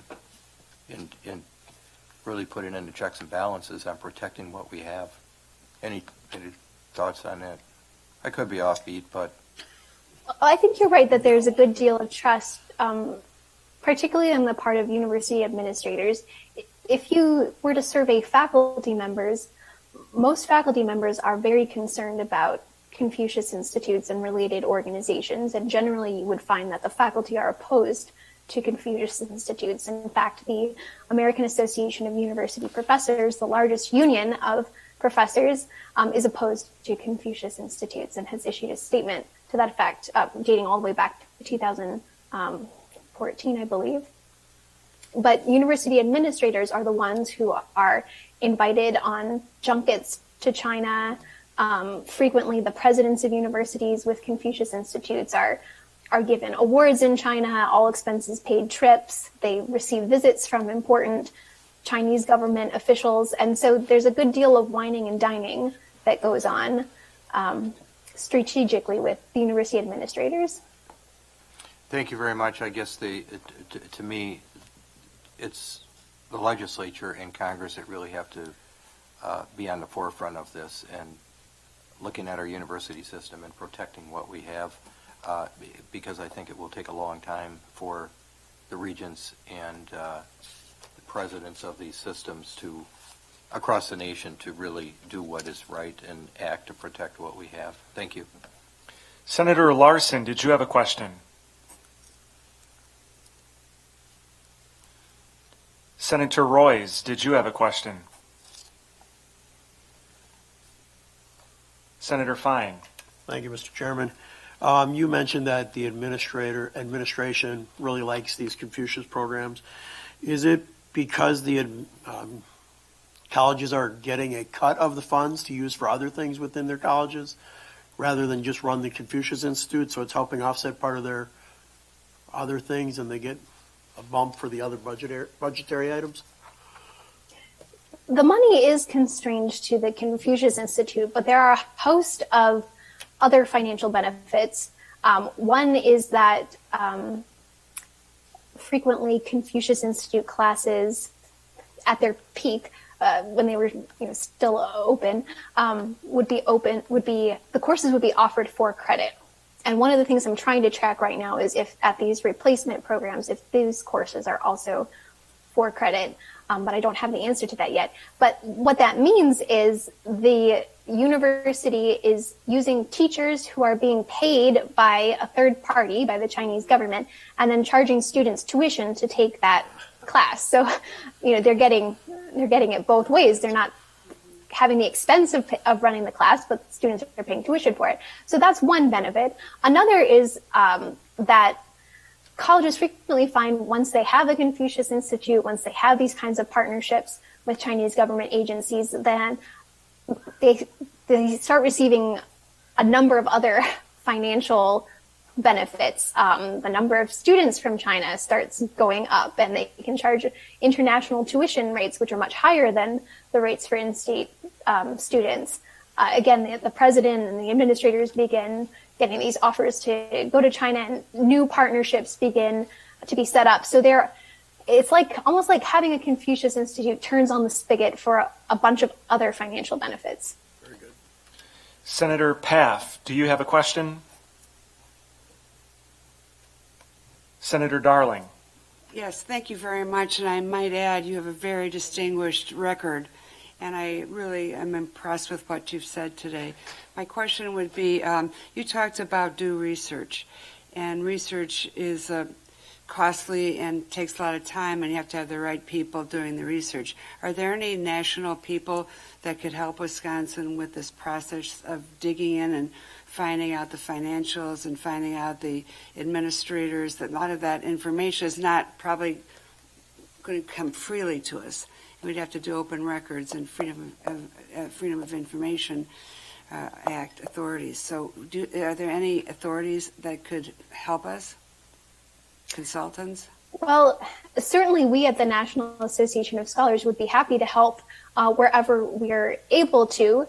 I would imagine a university would respond to a request from a state legislator much faster than they would respond to a request from me. My experience filing these Freedom of Information requests is it typically takes months to get them, and universities try every loophole in the book to either deny that the documents exist or insist they don't have to turn them over to me. I would think they would be a little more forthcoming to a state legislator, but certainly we would be happy to, for instance, help identify what kinds of things you might want to request from a university. Yeah, that's what I mean. Because I understand that we might be in a better position than you to ask for that information, but I think my question would be, we need to ask the right questions to get the right answers. And if I could, this is Chairman Roth again, if I could jump in, Rochelle, I think we would like to, the committee will be in further, my committee clerk will probably be in touch with you just to follow up on Senator Darling's question. I do have one final question for you. Senator Darling, I wanted to wait. I didn't know if she might ask this, but she's also the chair. So we're the universities and tech colleges. She chairs the education committee that deals with K-12 education. I know in some of your writing you've referred to Confucius classrooms in K-12 schools. And my question for you, are these subsidiaries of Confucius Institutes in their state, or are these directly contracted with Hanban? That is a great question. Historically, they have been subsidiaries of a Confucius Institute. As Confucius Institutes have been closing, it is unclear to me whether these new replacement organizations are helping to run the Confucius classrooms, or if some of these Confucius classrooms are now a little more independent and have their own direct relationship with the Chinese government. There is very little research on Confucius classrooms specifically. We know that they're basically mini versions of Confucius Institutes, and all of the same concerns apply, even more so, I think, because K-12 students are more vulnerable.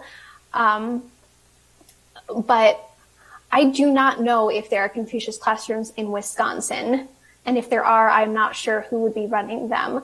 I can say one more thing. The Asia Society, a nonprofit based in New York, has picked up a number of Confucius classrooms. I think it has about 100 Confucius classrooms, and it has sort of acted as their agent in negotiating these arrangements with the Chinese government.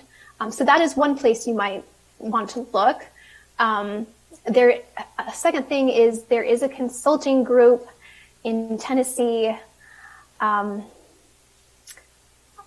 cannot remember the name of it right now, but this consulting group is acting as an agent to help run Confucius classrooms in a variety of locations.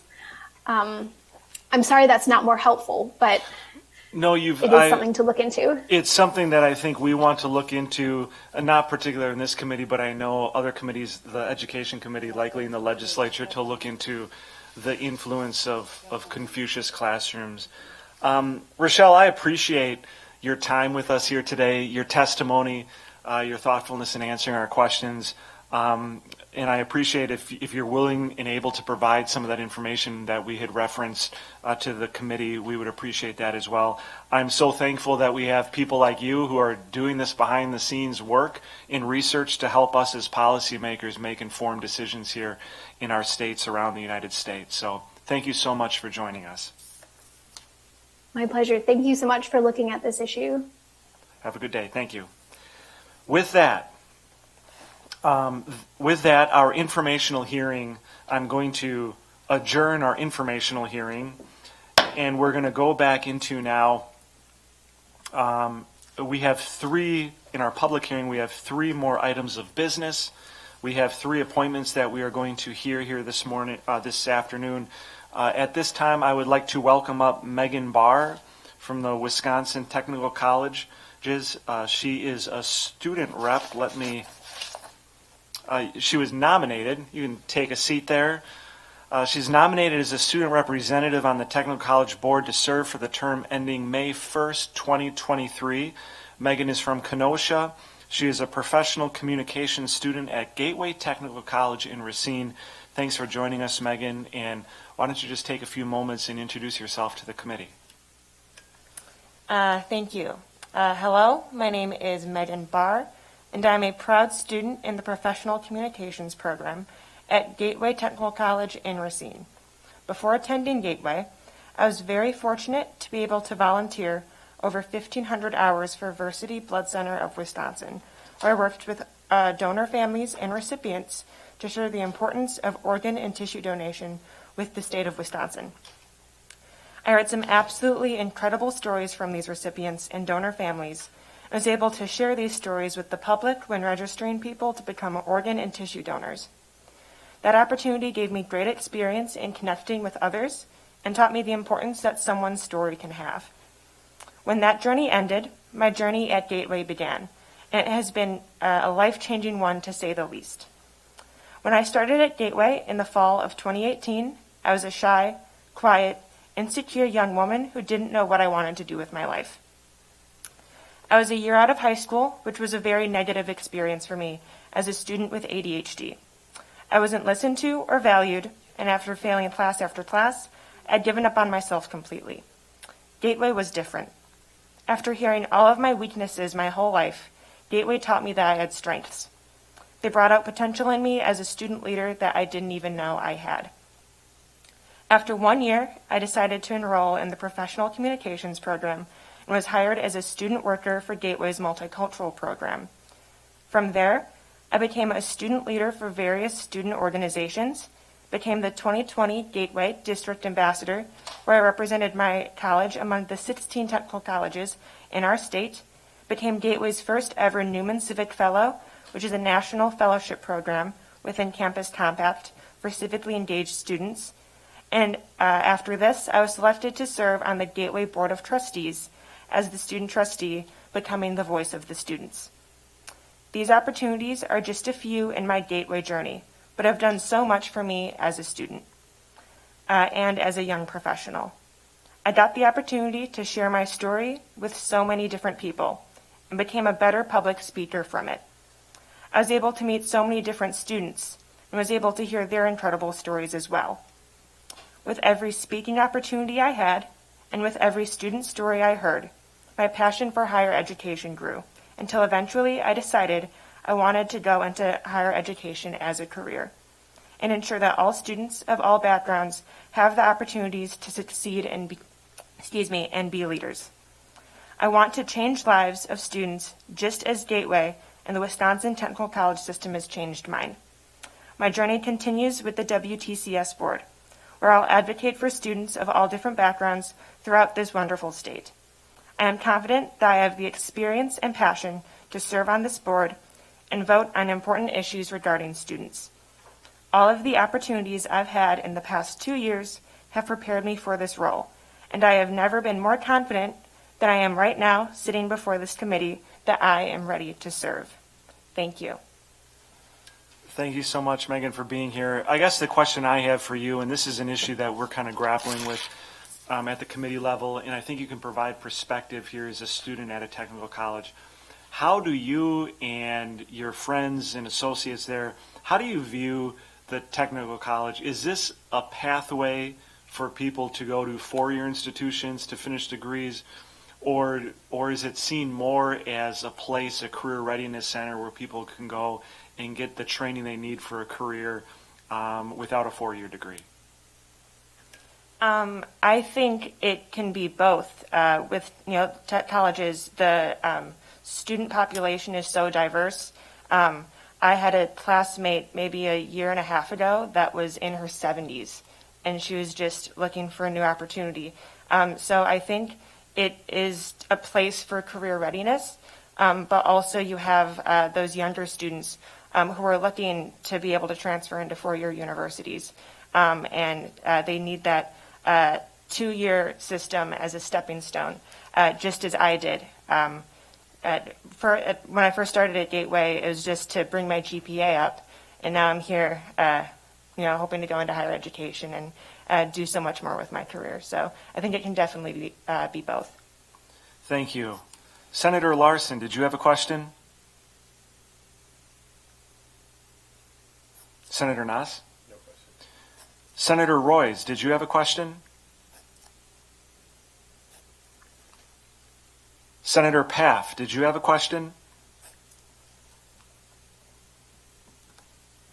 Senator Darling?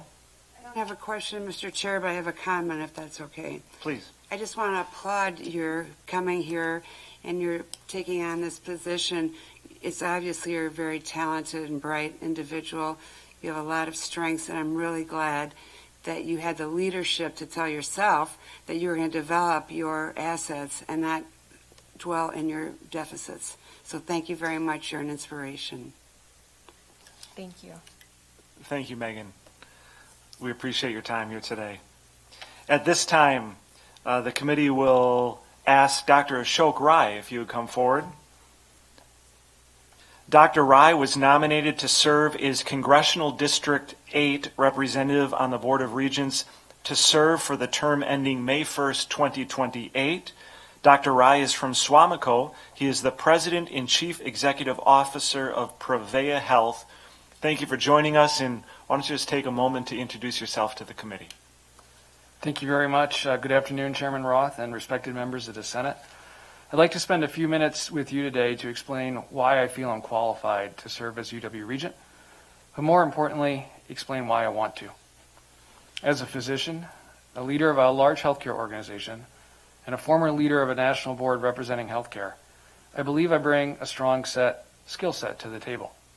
My experience in capital projects is vast, as is my experience with large corporate finances, decisions around risk, and HR issues, especially having over 2,000 employees at Prevea. Also, over the past few years prior to my appointment, I served on the UWGB Chancellor's Council of Trustees. That experience helped me gain a better knowledge of the workings on campus and the UW system. Both of my parents were university professors on top of their regular work positions, so you could say I grew up around higher education as well. My qualifications, though, are easy to replicate. I'd like to spend some time now to explain my why when it comes to serving as a regent. During the 1989-90 academic year, I was 17 years old, hailing from the suburbs of Detroit, traveling the country, interviewing at combined undergraduate medical programs. Although accepted to others, it was the University of Wisconsin-Milwaukee and the medical college that brought me to Wisconsin. I'll always credit MCW for making me into the physician I am today, but it was UWM that truly forged the person before you now. It was there that I learned about business and public speaking.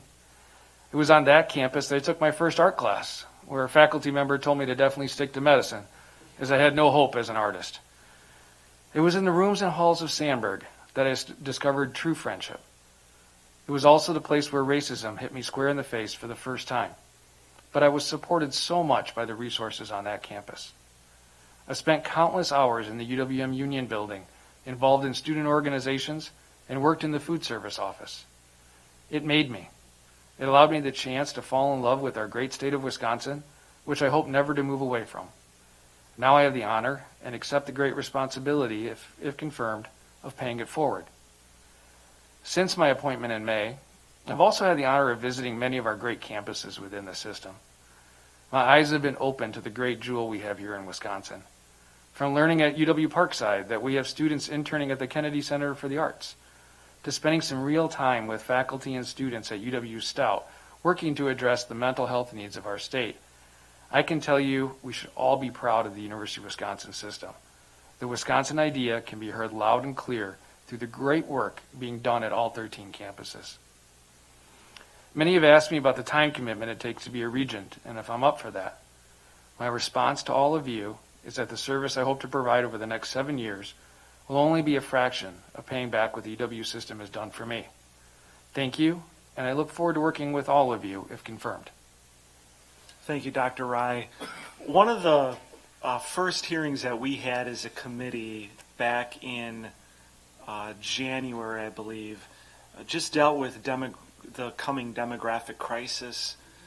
We just had some data being released by the Census Bureau not too long ago that shows that Wisconsin's not keeping pace with the rest of the nation. We see how the university system lost 15,000 students in the last decade, projected to do the same going forward. Do you have any thoughts on how the system could respond or should respond to this challenge? I think it's a statewide response, to be honest with you, Chairman.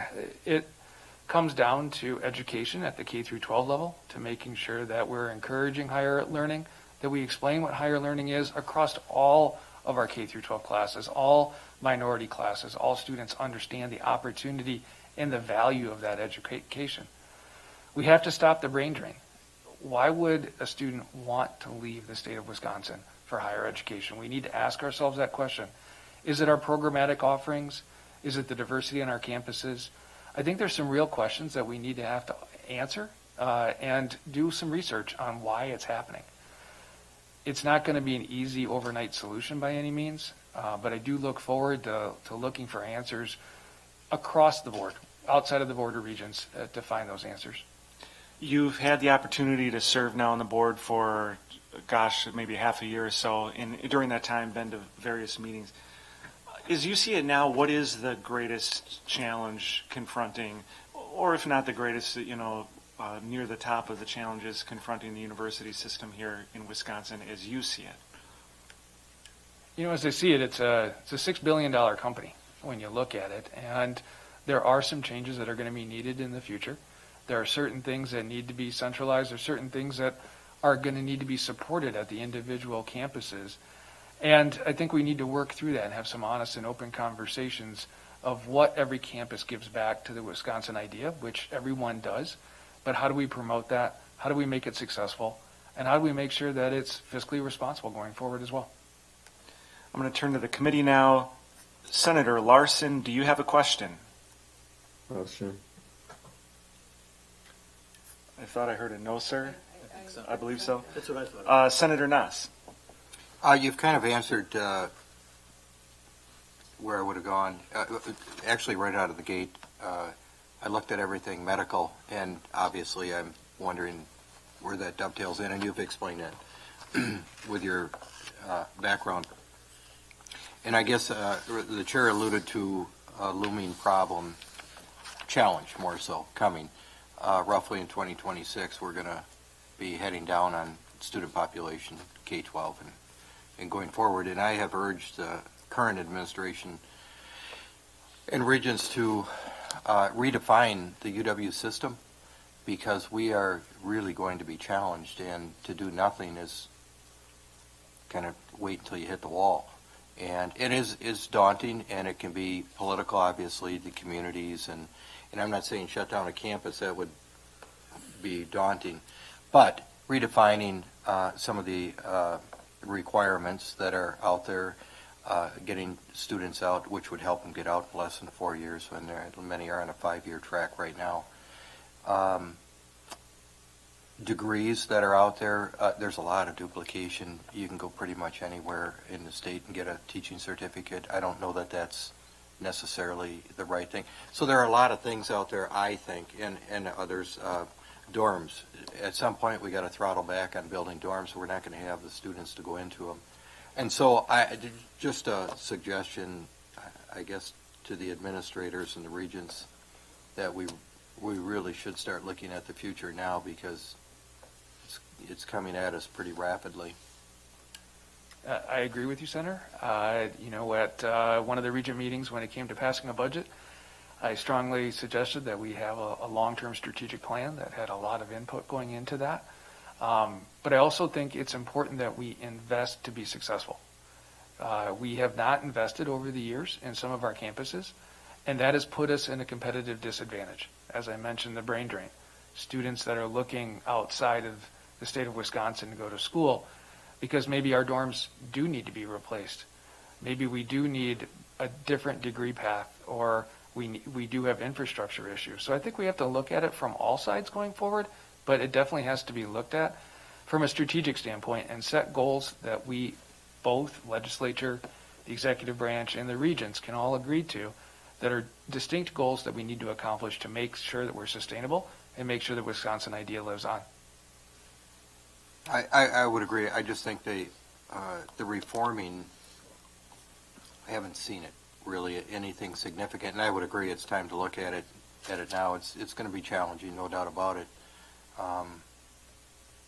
And I think that's where the legislature and the regents would work together, where there would be more financial support would be depending on what are we instead of the same old, what are we changing?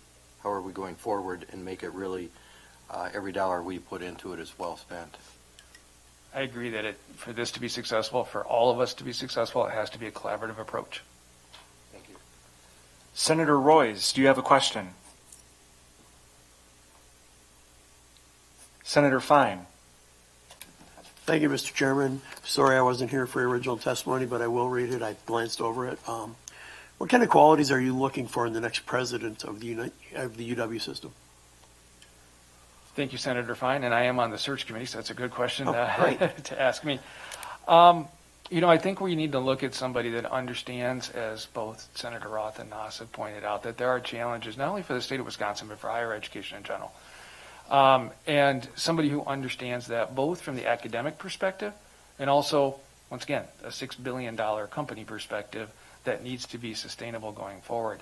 So somebody has a combined experience, both from an executive level and understanding how to guide us through a strategic plan, work across the aisle, work with the legislature to create a plan that represents our future. That person needs to represent our future, and the plan needs to as well. So somebody who's got a diversity of ideas that better represents all constituents, especially our future students, but understands that they're running a very large organization and will need to make changes for it to be successful in the future. Yes, you may. Another question. We hear, you're watching TV, you see commercials for online universities. How does the UW system become a leader in that and tap into that income potential? It's a great question, and I think, once again, it can't be solved on an island, such as just one plan for online education. How does that meld with the overall system expenditures and strategic plan going forward?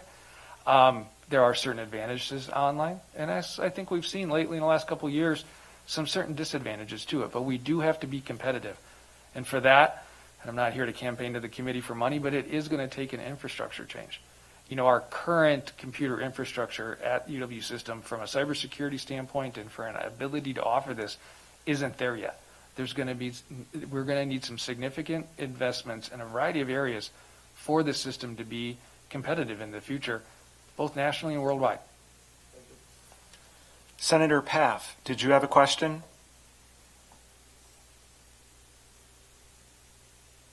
Senator Darling? Thank you, Mr. Chairman. Thank you for serving. I really appreciate it, especially with your very distinguished background. I have two questions. One is on teacher education and training. We're finding at the K-12 level that often our teachers aren't prepared for the real world of the classroom, and also that there are weaknesses, significant weaknesses in being taught how to teach reading.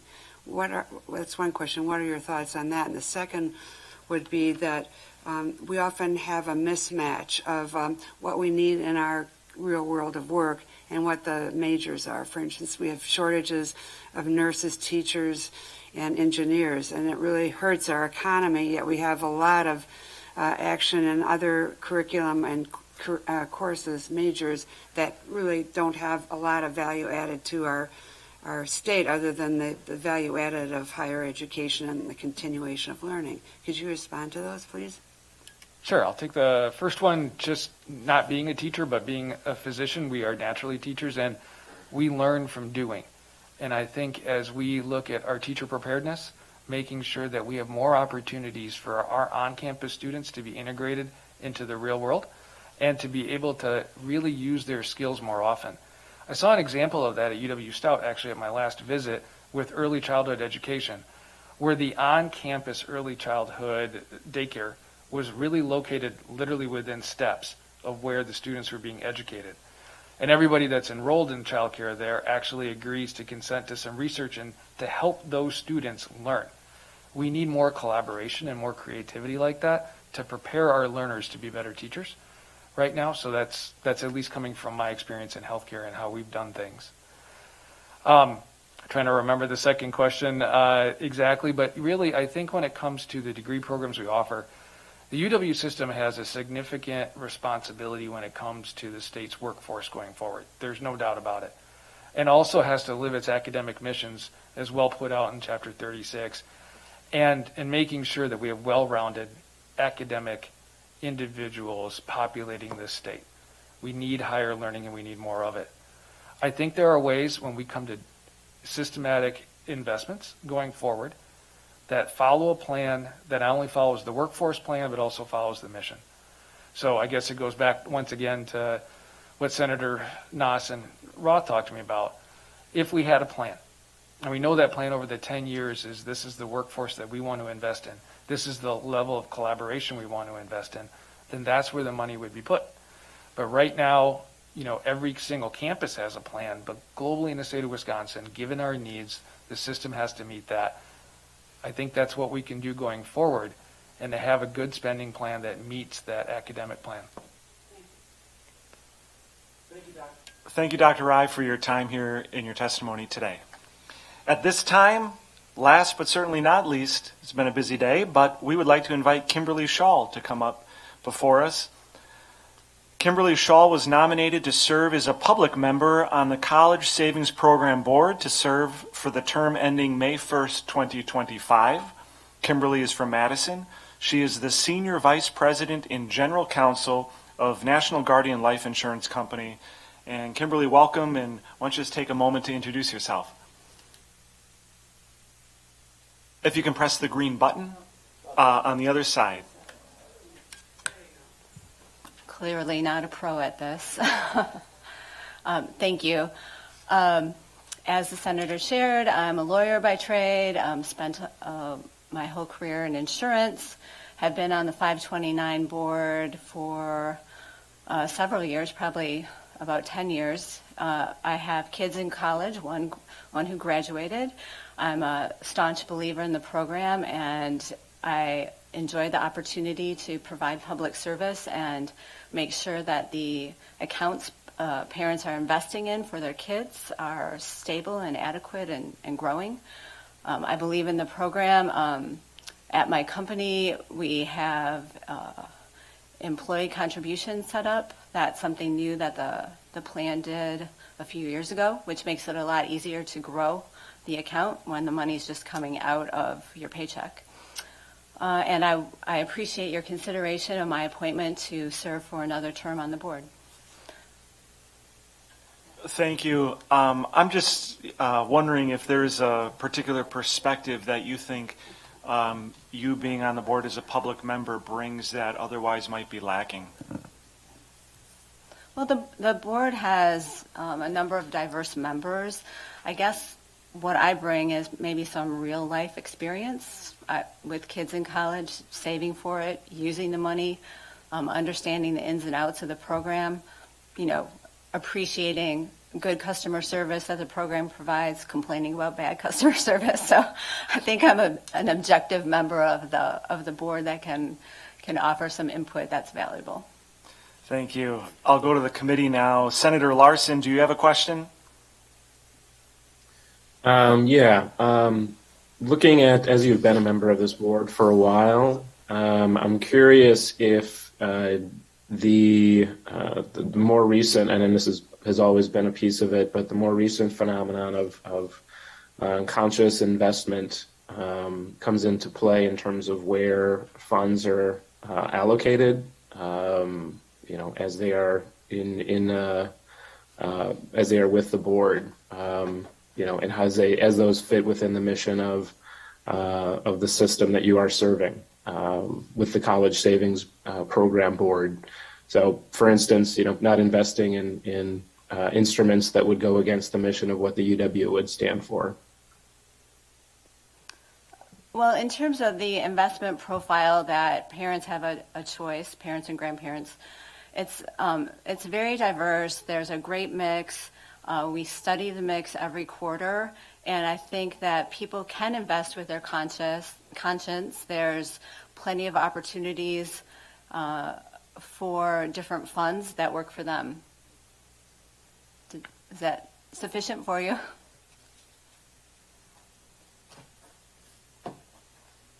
I'm gonna take that as a yes.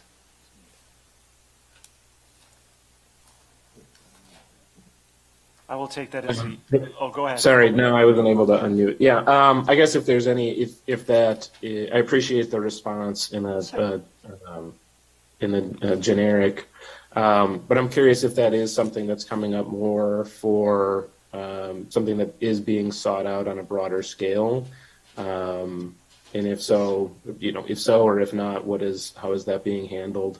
I think there's a great sense in where we are. It comes down to where you're buying everything from where you're buying your coffee in the morning to, where you choose to go eat lunch. But obviously something as big as college savings, it's a lot bigger pot of money. So it has a bigger impact on our economy and where things are going. So I'm curious if that is something that is coming up in a broader way, or if it's not, if it's kind of the same as it's been 5-10 years ago. I know that there's been discussions. I can't recall specifics offhand. I'm happy to talk to the chair of the investment committee of the board. They're more in the know on the specific accounts that are being looked at. But again, I'm assured that there is a diverse category of funds that would meet every consumer's need. Thank you. Sorry. Senator Nass, did you have a question? No question. Senator Royce, did you have a question? Senator Fine? No, thank you. Senator Paff, did you have a question? Senator Darling? Thank you for serving. My pleasure. Kimberly, thank you for your time here today. Registering in favor of all of the three appointees we have just heard was Zach Madden from the Office of Governor Evers. And then registering in favor of Dr. Ashok Rai to the Board of Regents is Deej Lundgren, UW System. And with that, I want to thank everyone who took the time to be with us here today in person and those online watching on Wisconsin Eye. This concludes the hearing for the Universities and Tech Colleges Committee. You all have a great rest of the day. Thank you.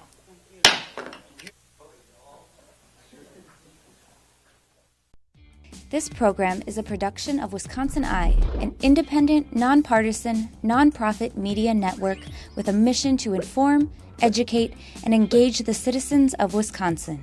Wisconsin Eye is the nation's first and only independently funded state civics broadcast network, providing gavel-to-gavel access to government proceedings and events at the state capitol.